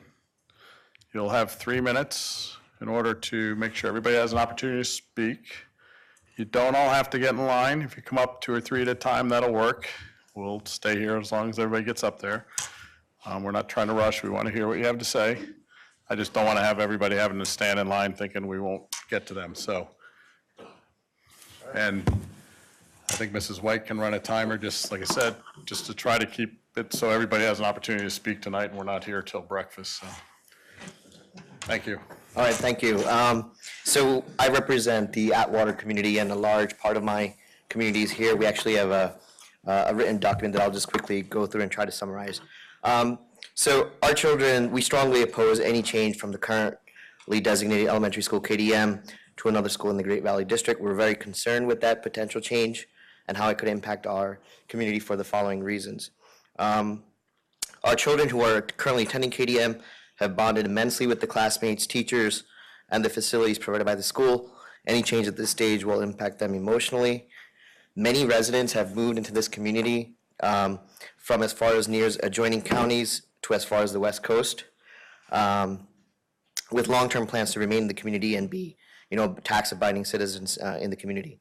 For many residents, the main criteria at purchasing Atwater, and when we made the decision through the Atwater process, was because they actively marketed the KDM school. When we were doing our research into the school district, although there's a valid point about General Wayne having good results for this year, but there's a clearly track record of KDM being very highly ranked elementary school over the past several years. And that was not a criteria that was mentioned by the CAC committee.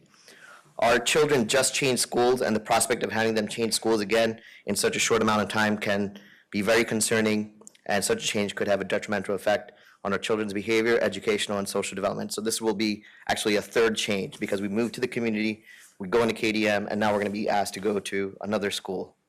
In terms of timing, there's really 3 or 4 takeaways I'd like the board to consider. So ratings are definitely not consistent. I know we mentioned that rating point. Number 2, when the township or the developers provide models and forecasted projections We are assuming that that's projected well in advance, so it's very surprising that this is coming up at this stage. We're assuming an Atwater size community, which is 400 to 500 homes. Those models would have been provided to the school district when they were provided the school of choice for that community.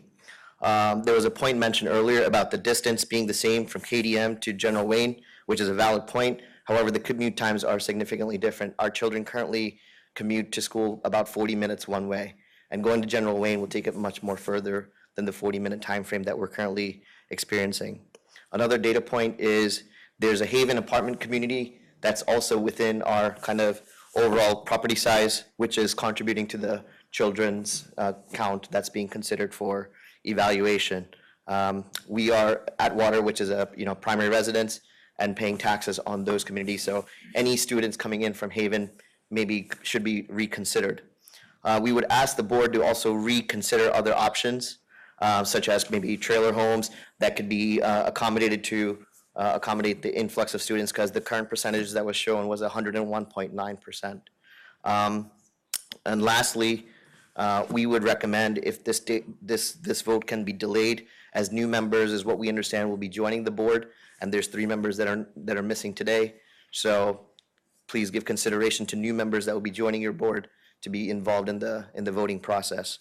I have a signed petition here of not just 67 students, but 200 families that live at Atwater. We were involved very late in this process. We only came to know about this maybe about 6 to 7 weeks ago. So as you can see, we've quickly gathered here because we are very passionate about this topic. As you can understand, we are families that have moved into this community because of the well-respected Great Valley School District. And these are life choices that we've made to invest in this community. And we were proactively, marketed that KDM would be the school that the children of Atwater will be attending. So there's definitely a false marketing that was provided by that development, which we understand that the board does not preside over, but please note that we've paid very high premiums to live in this community because KDM was the marketed school for our community. So if it's okay, I'd like to submit this as a signed petition of 200 households from the Atwater community that strongly oppose the rezoning that was recommended by the CAC community earlier this morning. Could we get your name for the record, please? You didn't state your name. My name is Atin Patel, that's A-T-I-N, last name Patel, and I have two children attending KDM.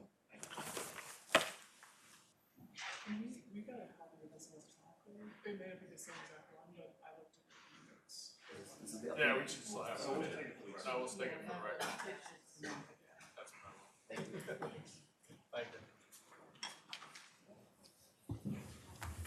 All righty. Please, you don't have to raise your hand. You can just walk to the podium. Thank you, though.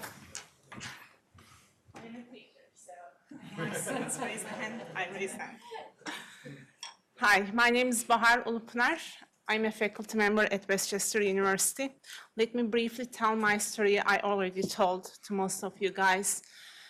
I have a 7.5-year-old daughter going to 2nd grade, and she started kindergarten. We sent her to Chesterbrook Academy since it was full-time. When the time came to send her for the 1st grade, we were living in Westchester, and we didn't want to send her to the elementary school in Westchester because we were sure that we wouldn't buy our house in Westchester area, and we didn't want her to change schools every year.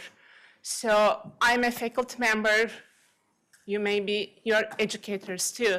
My husband is a faculty member too. We are not super rich people, but we send our daughter to private school on top of the daycare that we are paying for my son, only to make sure that she doesn't change schools every year. And we came here after we signed the contract. We brought her to KDM. We showed her KDM, and we promised her that school would be her school. She would make great friends. She would be in a good environment. Every teacher at Chesterbrook Academy knows that KDM has a female principal. She was so proud of it. She's so attached. How am I going to tell my daughter She's 7.5 years old. Forgive me, this is so emotional. How am I going to tell her that she has to change school one more time? She has to make a new friend one more time. My daughter is playing with a girl. Her name is Jyoti. She came to KDM, correct me if it is wrong. She came to KDM after school started. Newcomers play with newcomers. It is very hard to break the circle of old friendship, and she has to go through again. It is killing me. I lost 3 pounds over the last 4 weeks. It is killing me. Please don't do this to our little kids, to us. It is so emotional.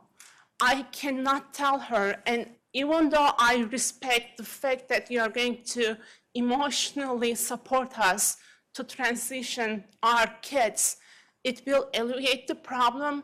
It is not going to eliminate the problem. She will have to make new friends again. I will have to strategically have play dates again. I can do it, but she cannot do it. She's 7 years old. She cannot change schools every year. If you are going to do this, you are going to hit this most of 6 to 7 kids one more time, even though it doesn't show in your data, even though it is not, you can see these kids already changed their school once, and you are asking them to change school again. That's not fair to them. I don't care about myself, but it's not fair to those little kids. We have 60 of them every day. I see them at bus stop. These are brilliant kids. Don't do it to those kids. And one more note. You just learned about this recommendation today. I'm assuming 3 people are missing. It is a very short-term period. Please don't rush it. And we were talking to Dr. Polansky. You mentioned that it is very highly, it's very likely that you're going to be voting on it on January. Please think about it. This is not a one-week process. You have to hear us. You have to think about it. It's a very important decision. Don't rush it. Thank you.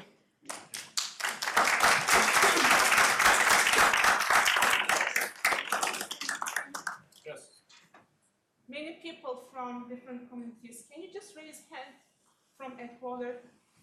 Can you see how patient we are?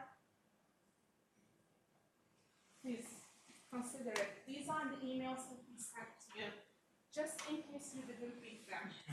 I didn't read them. I can assure you, we received them and we read them. Thank you. Take a look at it. Yes. These are Thanks. our own stories. Yes.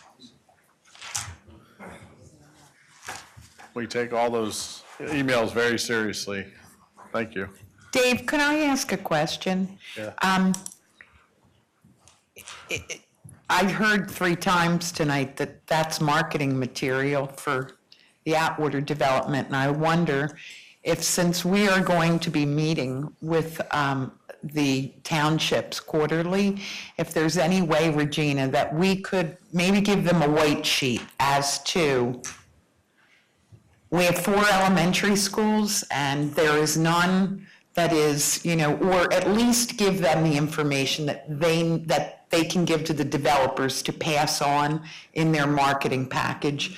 I'm gonna do some investigating on Zillow, which is marketing, and I wanna see just what it says in all our communities, because maybe we have a little work to do there in education. Absolutely. One of the things, and I had an opportunity to meet with some parents and share with them that the number of calls that we received in the district office, starting probably last November, October, November, through most recently, and the question asking if this is our address, where will our child go to elementary school?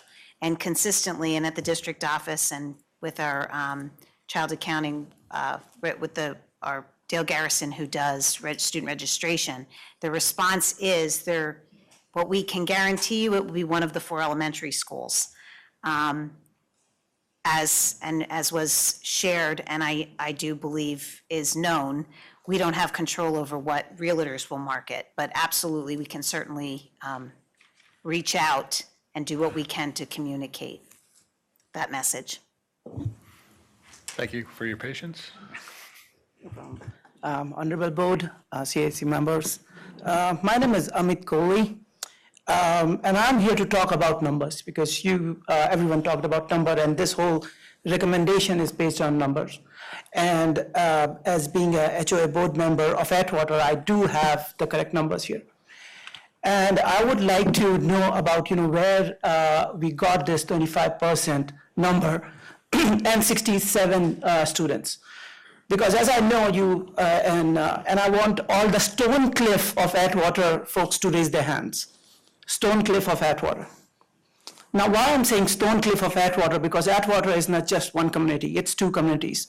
Now, this 67 students that you're talking about is Atwater as a whole. That means Haven Apartments as well as Stone Cliff of Atwater. But the 25% growth that you have shown is only for Stone Cliff of Atwater.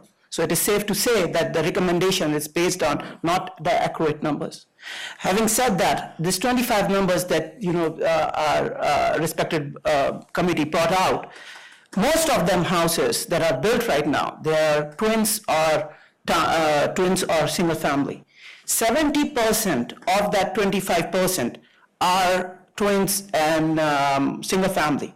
Those are the ones, and the rest 400 homes out of the 549, they are towns homes, right? They are the starter homes or when you are downsizing. And if you compare the students coming in from each dwellings, you will find out that the Atwater has already reached the level where the growth rate is very less. You will not find the same growth rate as you have found in the last year, because most of the houses that have kids in the school, they have already been saturated, sold out, and you won't see in next 5 to 6 years the same kind of growth. So the recommendation is based on the premise that the Atwater will keep on growing and you will see the student inflow from these houses. It's not true. If you do the data analysis, you will find it. And I was surprised that this kind of detailed question was not asked. Maybe it was asked. After the recommendation, maybe you are going to ask this question, because these are the facts that you should base your decision on. So this is a humble request from my side, and I think I'll speak for the whole community, that please consider these numbers. This is not something as straight as black and white, a 25% growth and 67 students, and it will keep on growing exponentially. No, it's not. The growth has already been saturated. All is remaining are the townhomes, and those townhomes do not have the equal number of students that these twins or single-family homes have. So with that, because I just thought that, bringing the numbers out. And one more thing, we just had a very great democratic process where 2 of the school board members were elected. And we request you to please postpone the vote and allow them to also have a say in that.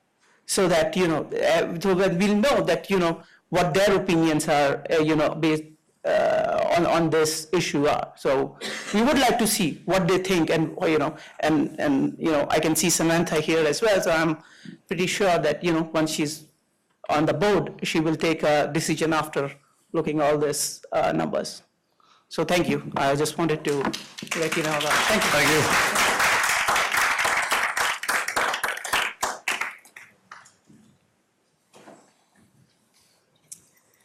Hi, my name is Ketan Durve. I am also a resident of Atwater. I've been a resident of Chester County for 10 years. I lived in the Westchester Area School District as a homeowner for 9 years, searching for the perfect community to move to with me and my family. Atwater was what I was looking for, and I moved there. As the folks before me said, the recommendation is a very difficult recommendation for me personally. But I think it'll be a very difficult recommendation for any parent who has to move their kid to a different school. I did that with my daughter, who is now in 5th grade in KDM, and with my son, who is now in 2nd grade in KDM. And I think what the CAC did was an extremely difficult job.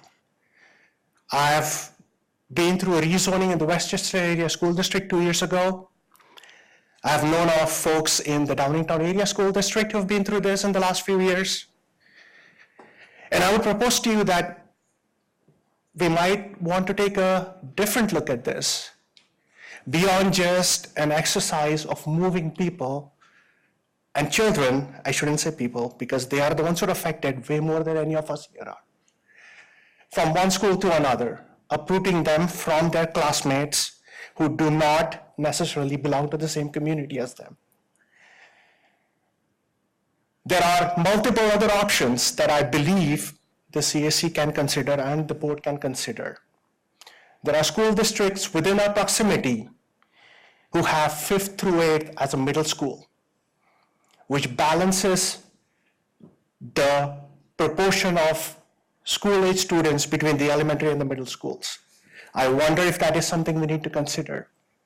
There are school districts in our proximity who have considered a 6th grade center that again balances the student population. I wonder if that is something we should consider. There are school districts in our proximity who have gone through a rezoning exercise where they have maintained 4th and 5th graders in their original school to prevent a temporary reassignment that could adversely affect them in their formative years right before they transition to a middle school. I believe that is something we should consider. I believe there are multiple options beyond just assigning communities from one elementary area to another that really deserve more considerations from us as a school district. So that's what I would propose to the school board and the CAC. Thank you.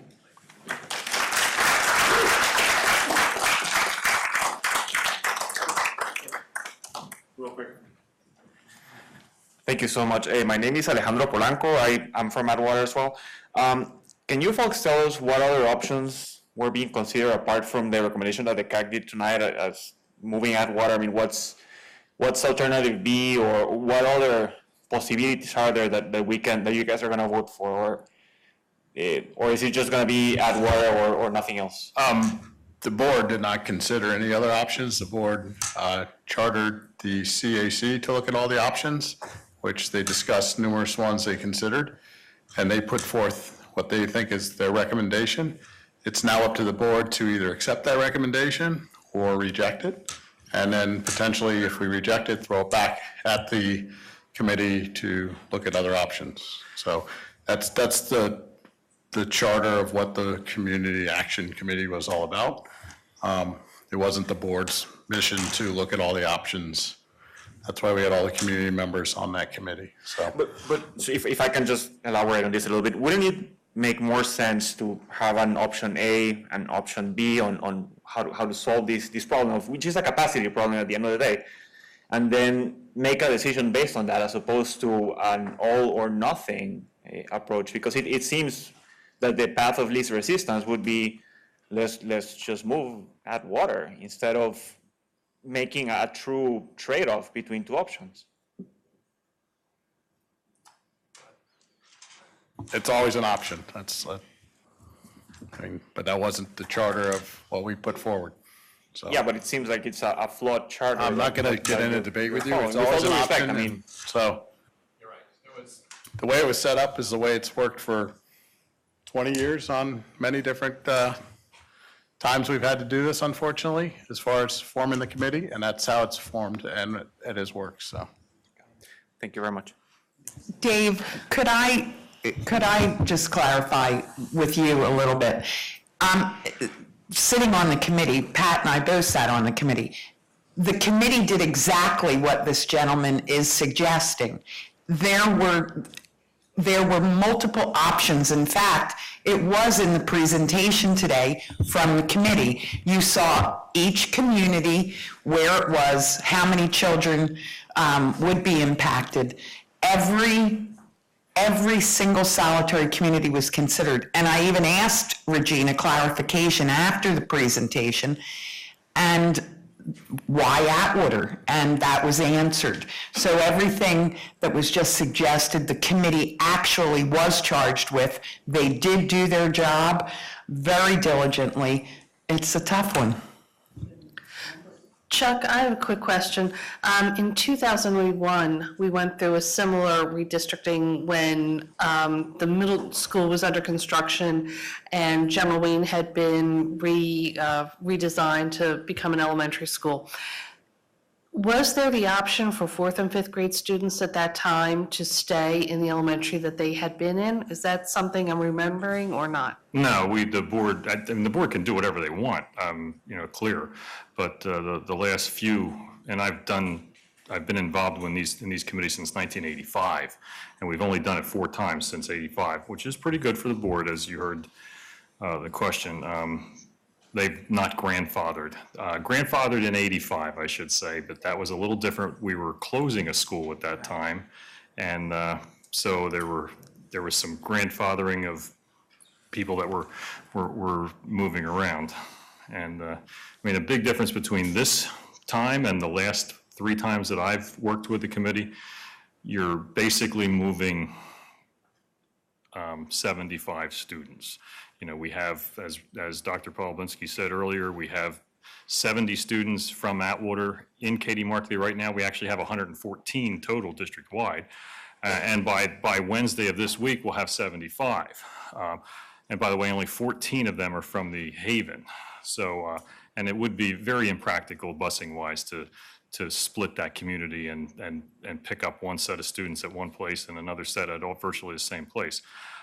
Last time we moved over 800 students. Pat and Dave were actually on that committee as non-board members, as community members, because we virtually moved everybody in almost the whole school district at that time. Somebody moved somewhere, and earlier, as you were referring to, in 99, 2000, when we opened up, Katy Markley was a brand new building in 2001. And then General Wayne, which is an even newer building, was opened up 7 months later in the fall of 2001. We had to move people around. Now, again, 2006, when we did the last renovation or the last realignment, we did have 811 students here at Markley with 4 modular classrooms. Modular classrooms are pricey. And we have space. We did not have space when we realigned things and we opened up Sugartown. There was no place to put students because Charlestown actually had modular classrooms too. I'm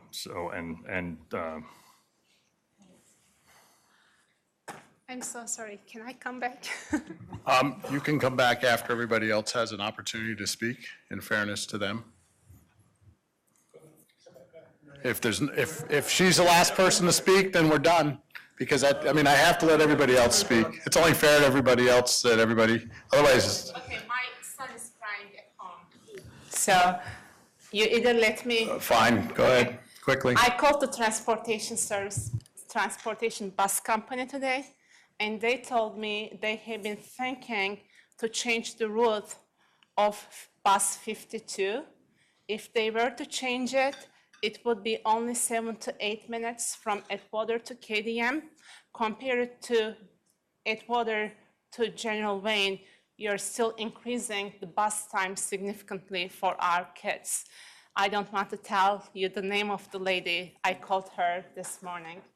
She told me they are considering to change the route. So they will spend extra 20 minutes at least in the bus if that happens. Thank you so much for your time.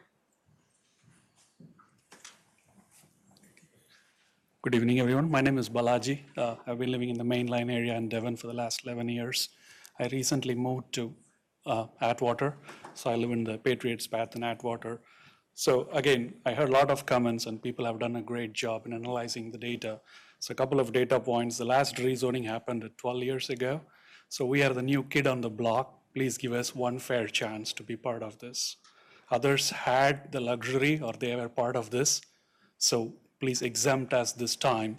The next time any rezoning is coming, we are more than happy to volunteer from Atwater. Give us one fair chance at this. Now, back to your point, I didn't trust the builder when they said it's in the KDM. I went to the school district and asked them, can you please help me understand how this whole thing works? So like they showed in the slides, like you have the geography divided with color codes. They showed that this is where Atwater is coming and this is all earmarked to KD. So it's not the builder, it's even, I talked with the school district just to make sure before I made the decision of purchasing a home in that. The next thing, what I would like to say, you may think, why the hell these guys are so much harping on KDM, right? So we talked about the ratings and other things. So speaker gave some information, but I'm a computer science engineer. I look at a lot of data. Schooldigger.com, niche.com. Please look at these two websites. KDM is off the charts, guys. What they do, they take the PSSA scores, the student-teacher ratio aspects, even to the kind of the free lunch program, right? So every single statistics, the PSSA score was available 3 weeks ago. So they crunch the data. It's available for the last 13 years. You can drill down by each year. So I really looked at this. KDM, as I said, that was one of the main things. All I'm asking is, we have the young kids. I enrolled my son 3 months ago. I'm not going to repeat myself. I can't break his heart. But please give us one fair chance. Don't axe us this time. The next time, if we are, I'm sure, so many developments and other things are coming, we would volunteer to get onto the chopping block, but not this time. Please give us a fair chance. Thank you.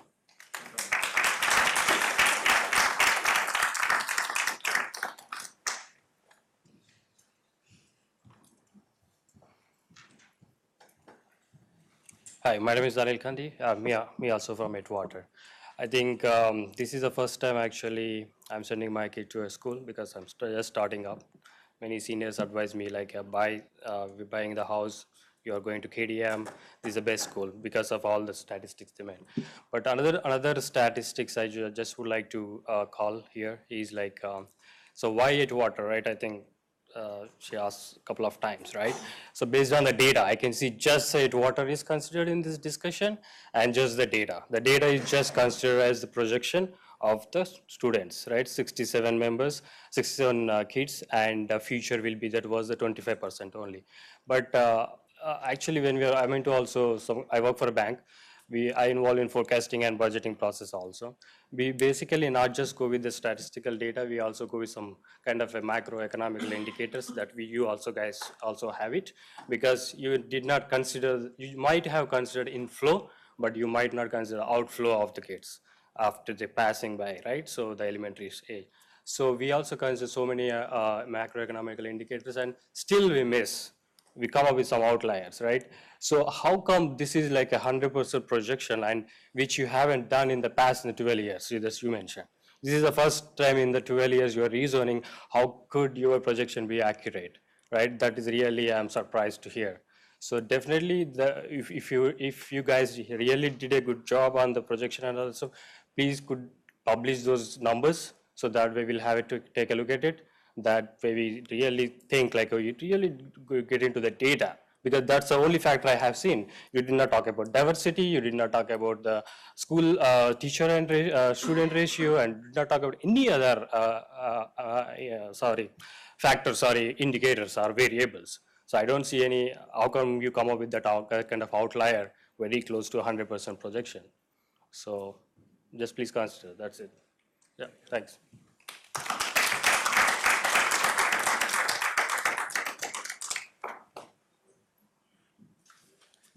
Hi, everyone. My name is Kalavan Tirupati, and I have 2 kids attending KDM. I don't want to take a lot of time. I just want to add one point which my co-residents have stated.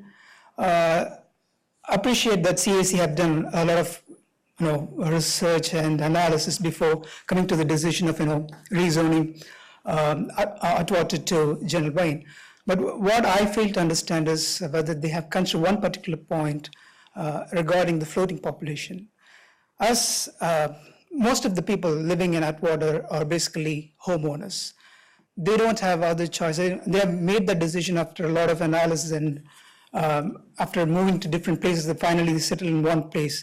So most of them are homeowners. But there are other communities where basically floating population, they are on rental accommodation. So it's not a permanent accommodation for them. they are free to move anywhere or they have plans to move anywhere. So I'm not sure whether that factor has been considered in the whole decision-making process. Thank you very much.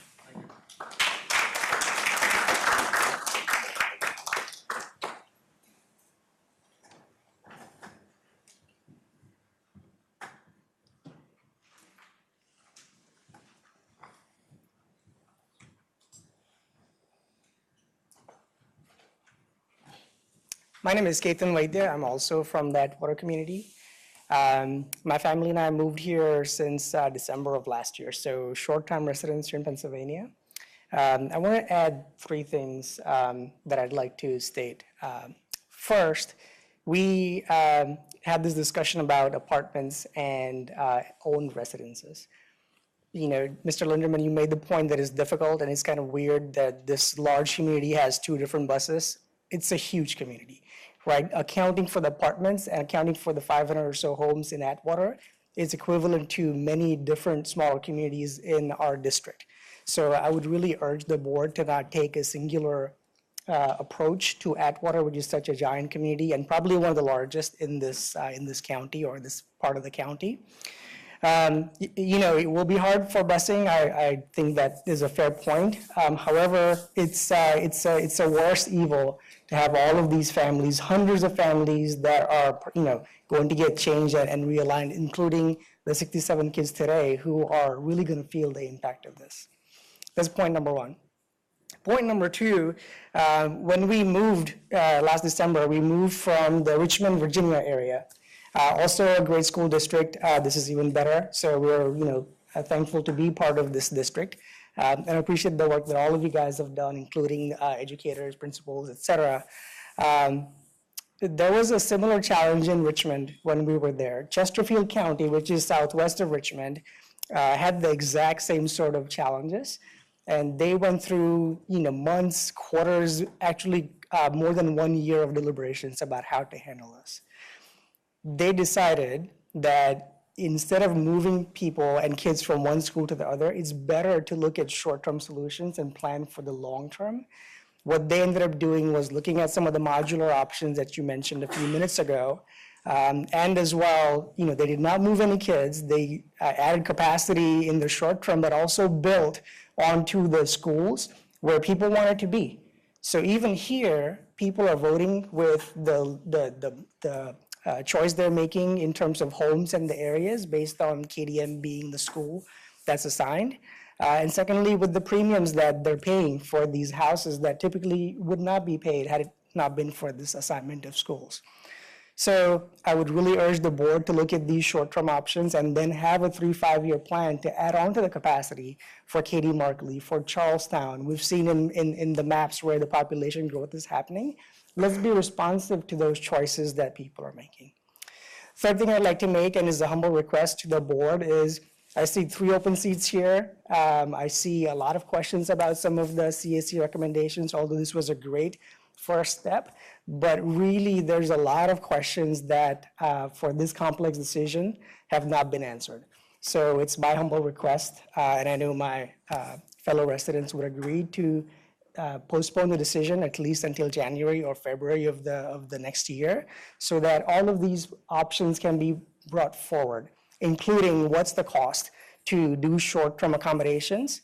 Look, the tax base here is increasing. That's one of the benefits for this school district, right? If we're getting 3 to 500 homes being built at roughly $5,000 in school property taxes every year, we're talking about $2.5 million every year of influx into the school tax system.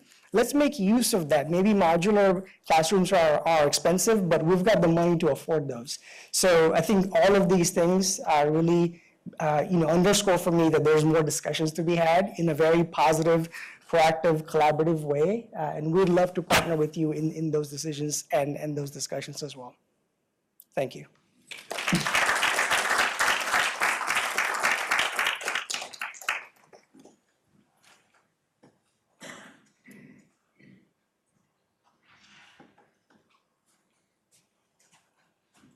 Hi, everyone. It's getting late, so I won't keep us for too long. Are you going to start the clock? There we go. Okay. My name is Anthony Bennett. I live at Atwater with my wife and my 2.5-year-old daughter. We moved here from Philadelphia, and we actually, one reason for choosing Atwater is because of KDM, like many others here, without a doubt. The builder, some community representatives totally pitched KDM to us. We totally bought it. We did do some diligence. We saw the rankings. We did our homework. So KDM was right for us. So I appreciate all the work everyone's doing here, especially Atwater, especially the CAC. That's not easy work. But I do think we chose a relatively simple way to solve the problem. I know a few folks here, a lot of engineers, a lot of quantitative-driven people. There's a better approach to doing this. I don't have the right answers now, and quite frankly, if I had some time, I would be happy to volunteer some time to help figure out a better solution to this. But simply moving people from one school to another is a pretty simple, very clean, very easy to do from a on-paper perspective, but you're impacting real lives here. My daughter's not in school yet, but we do intend to send her to KDM, so that will be totally disruptive to what we plan to do. So it's not just me, it's dozens of families, hundreds of homes. So my one request is to delay the vote. We have some empty seats over there. If you can do that, I think we can get off to a good start in making this the right decision. That's it.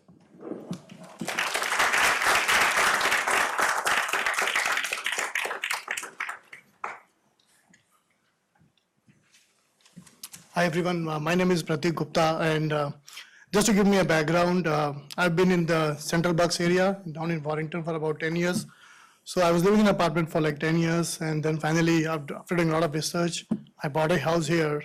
And Central Bucks School District is very comparable to Great Valley School District, but after a lot of research, and specifically research on Katie Markley, I decided to buy a house here. I have 2 daughters now.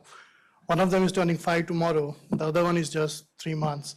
So the humble request I have for the board is to at least honor the people who made the decision based on their primary choice. So when we bought the house last year in December, we were assigned, as my colleague said, we were assigned KDM. So a lot of planning, everything was done based on that assumption. So as one of my colleagues said, just to give us one chance. So I have the same thoughts. My daughter is going to go in kindergarten next year. So I'm eagerly waiting for that. So I request you guys to just grandfather people who have bought the houses before, to consider them one time, and whoever closes like from a certain date onwards, they at least have an assumption, or they know that they're going in general vein as opposed to KDM. So that's my humble request. My other request would be to consider more time for voting and taking all other factors, and not just treating our kids as moving from one school to another just based on numbers, just because one school has higher number and the other one does not. So that's all I had. Thank you.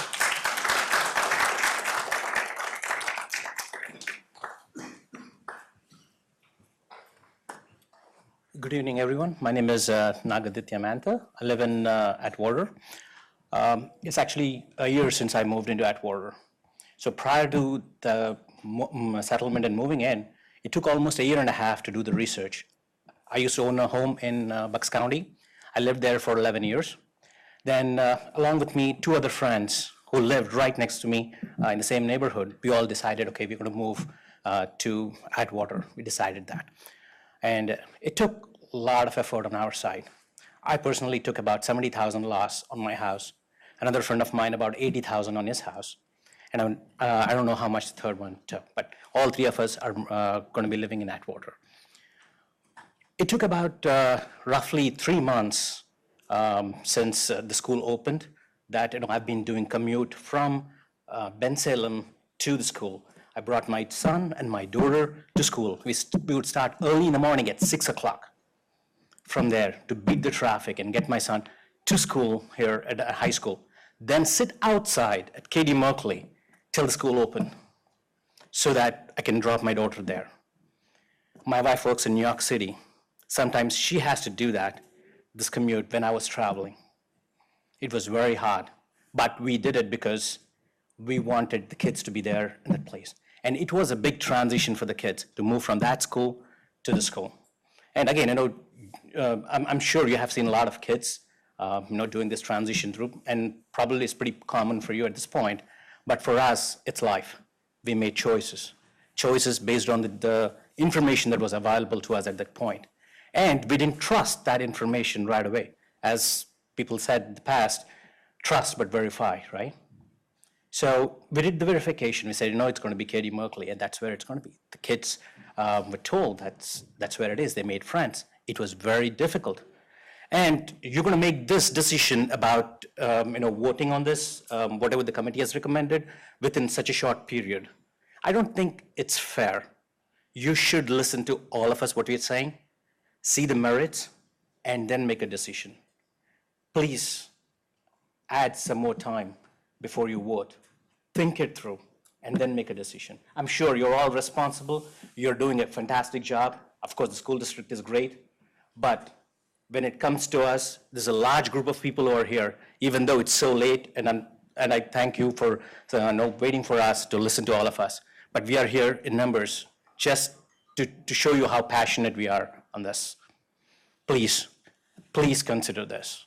And when you make your decision, please think us as families with kids, not just as numbers. Thank you.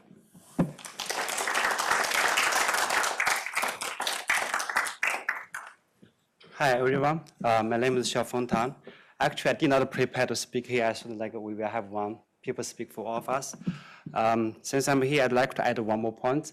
I think moving the current Atwater kids out of the KDM into the general way is not the best option. I think the best option is retain the current KDM kids in the KDM school, but for the new residents, we will, tell them their kids will go to different school. I think that's retain all the kids at the current school is the best option, which is most fair for everybody, for all the residents, and also the least impact for all the kids. I think about the family, I think they already talked about, because when we bought the house, it was marketed that our kids will go to KDM.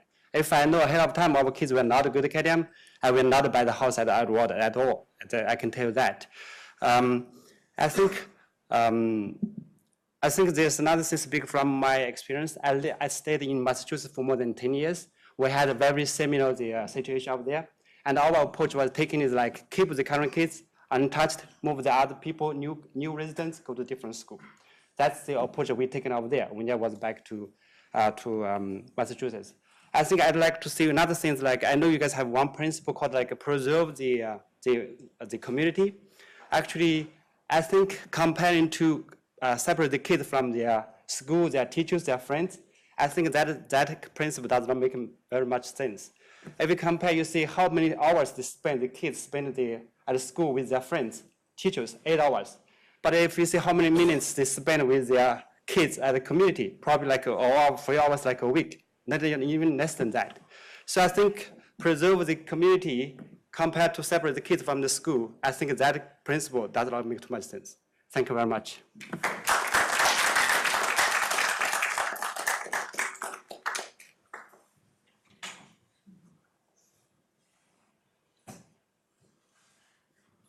Hi, good evening. My name is Ming Zhang. I'm also a resident of Atwater community. I'm a Penn Medicine attending physician, assistant professor of Penn. So I used to live in Philadelphia, and it's a surprise I moved here. The most important reason is KDM, and I do love our community. So that's why I sacrifice part of my personal life, my commuter time, and I was usually paged at 2 a.m. in the morning, and I have to drive to Penn for my patient, and I have no complaint, but because I know my son's going to the good elementary school, I love the school very much, and I have to get up every morning around 5 a.m., take the train to Penn and see my patient. So as a doctor, our first important principle is no harm to my patient. So I think as an educator, the principle is no harm to student. I think we all agree with that. So as I think one of the slides just show about 40% of the students in Great Valley School District receive certain special education, IEP 504. Let's just think about behind the 75 students, they are human beings. They not just code number 75. There are 1, 40 parents behind that 75 numbers, and they are all human beings, and they have their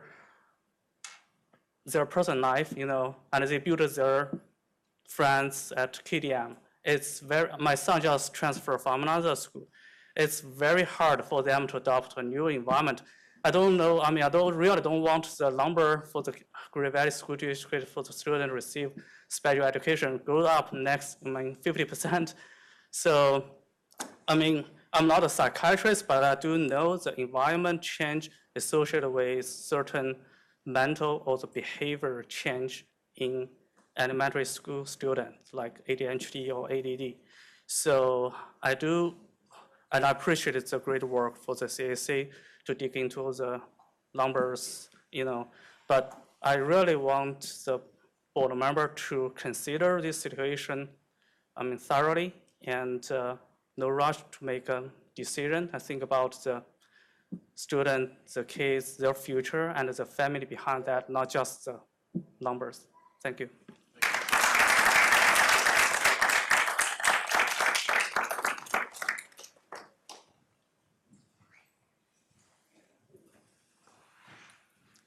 My name is Siva Materi. I live in Atwater too. I'm going to keep it short. My two kids are outside, and I just told him that, you may be going to a different school from next year. And the immediate question he asked me is, what about my friend William? Well, I got to break it to him that, he's not going to be with his friend and has to find new friends. I don't know how I'm going to break it to him, but I just want you to be consider that, before moving us, that there's a kid waiting. So please consider that.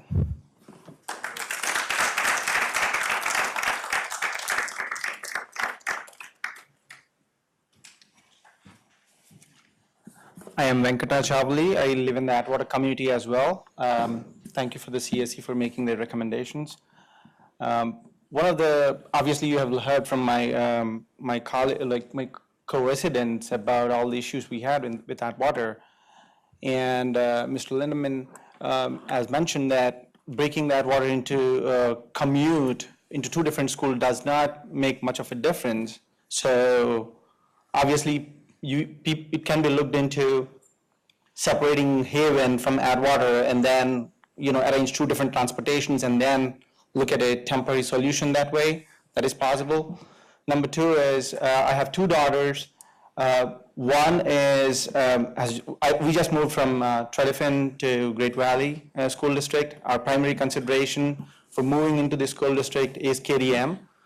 And my daughter is in one of the challenge programs. So when she moved school districts, she had to undergo this testing, rigorous testing, taking exams, and then, refit her schedule, made the recommendations and be done with it.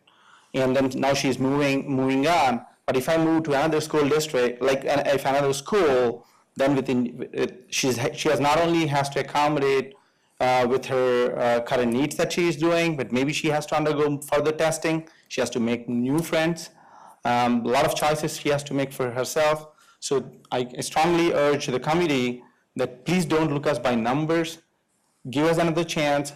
Maybe hold another meeting when all the members could attend, and then we have a fair, open discussion about what do you think, how do you respond to all of our questions, and so that we can have an open discussion so that we are heard, and then we think that we are represented, we have represented our questions well, and then they have been addressed in a fair fashion, and then maybe go ahead and vote. So delaying the vote until everybody is here and, responding to most of our requests or questions that we have and give us a fair chance.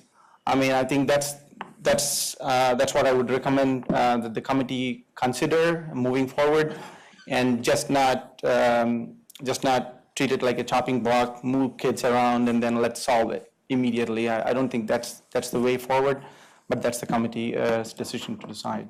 But thank you.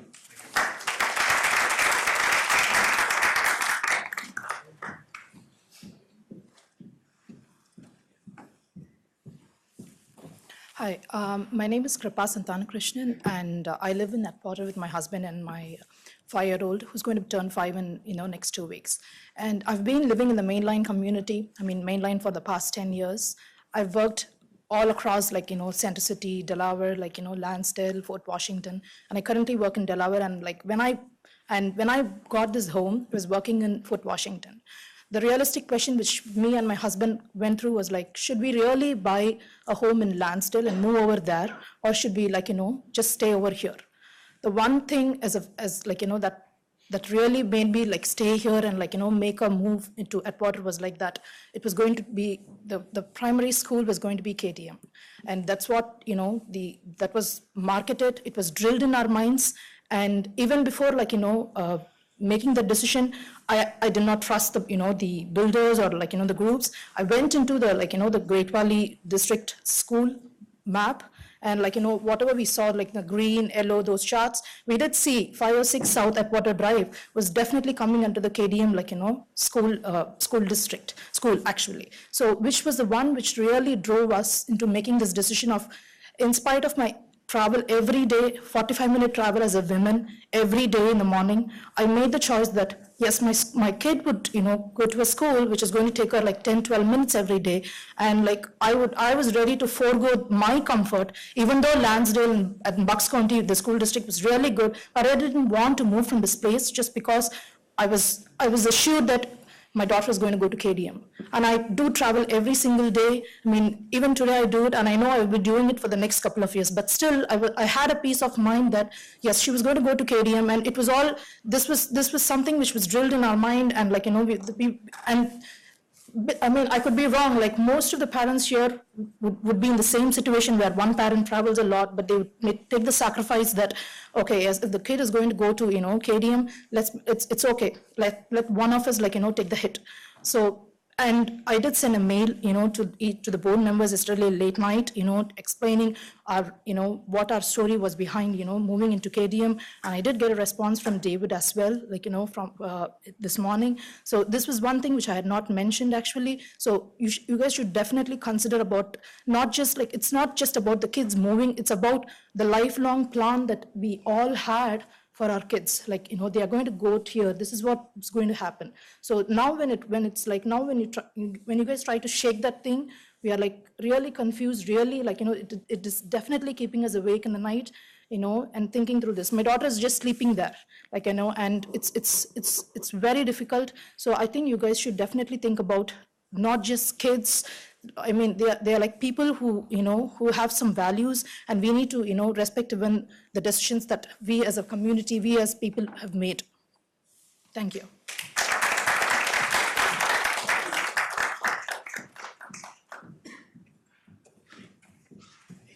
Good evening, everyone. Pardon me for my voice. My name is Aravind Paturu. I have moved into Atwater community just 3 months ago. Prior to that, I've relocated here from Indianapolis. Before that, I was in Bayer Station community, very familiar with the area, and I moved out of state for 3 years on a different job prospect, and then I decided to come back. And when I came back, I had a lot of options. I could have easily gone back to my own old community where I had made a lot of friends, and my kids had a lot of friends too. But I decided to put them in a better school. Obviously, KDM was much better option for me compared to what I had around. I have a 5-year-old and a 3-year-old. So that's the reason I picked Atwater community. I paid much higher premium than what other properties in the area are costing today. And builder definitely making money on this, because KDM was the published school for this, and Atwater community is part of East White Line, and East White Line, if you see the map, it was clearly mapped into KDM. So probably some parents called the school district who are wise enough just to know, and they would have got a good, clever answer, oh yeah, it may be one of these schools, but most of them, they go to builder, they ask them which school my kids are going to go to. They say, yeah, KDM. Okay, perfect. That was one of the main motivation. And then the other thing is a change. That's going to be really hard on the parents and the kids. It's not just the kids, on the parents as well. Change is easy to deal, but back-to-back changes cannot be dealt with. It's really hard. We're all talking about change, but it's going to be back-to-back change for several parents. You really have to be considerate about it. That's our humble request here. For the CAC members and the board members, please do consider that. And I want to question, in the past realignments that you have done over the years, like, yeah, you have done good that you didn't do many times, but you have done a few times. Can you question yourself how many times you have picked a community which, something like ours, which has to go through a back-to-back change? That is really going to be terrible on the kids and the parents as well. Parents made a lot of sacrifices. Kids, yeah, maybe they don't know several things, but parents have invested their life savings. They've made some changes to their work schedules. It's going to be really tough on them. Please do understand that. That's our humble request again. And the busing times. It's not just, you're comparing the distances between Atwater community to KDM and Atwater community to General Wayne. It's not just about the distance, it's about the commute times. That's what we're all concerned about. Route 29, if we have to go to General Wayne, if we have to go past Route 29 and then to 30 and then cross the 30 on the other side by Early Pike and go to General Wayne. So it's going to be much longer than what our kids, what it would take for the kids to go to KDM right now. And then other thing is, please don't rush into this decision. Obviously, you can see this is a very important meeting, and I'm surprised like 3 board members are not in the room here. And you have seen a lot of passion flowing around here, and people are concerned, a lot of parents trying to tell their stories. This is a public hearing meeting, and nobody is taking a notes here. I feel like some people are taking their notes, but I don't know how it's going to be passed on. But I feel public hearing should be heard by the decision makers. Actually, it should be recorded, and it should be published to everyone. If they're missing here, they should be hearing the people's emotions. I feel, that's unfortunate, like the key decision makers are not here. They should be part of it. They should listen to us. Everyone should take this into consideration, take some time, and then make a wise decision, please. That's my request. Thank you.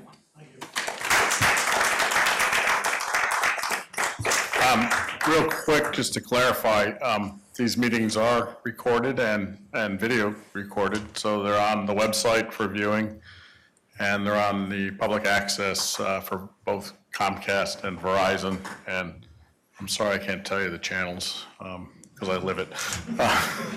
But so they are recorded for the official record. And again, you can watch them online too if you want to do that. It's faster.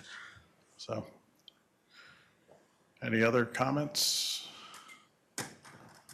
Any other subjects for comments? All right, well, we all of us appreciate all of your comments. We don't take any of this lightly. We all have kids. We understand the emotion behind this, whether it's your 75 or currently 67 kids or the other 4,000 in the district. So all of this will be absorbed and taken into consideration for next week. And again, what we decide next week could be one of numerous different things. So anything from accepting the recommendation to turning it down to delaying it. Any of those are options, but I'm not going to kid you. They're all available. So any other comments? I just want to say thank you so much for coming out and sharing your perspective, and those that reached out prior to, it is greatly appreciated. And I have the great fortune of working with all families in the district, and I really am honored for that, that opportunity. And one more thing, all of us got your emails and all of us read them, so we do appreciate them. I know somebody gave me a whole packet of them, which is great, but we do read them, so thank you. All right, with that, I'll close the meeting. Thank you very much. Have a good evening.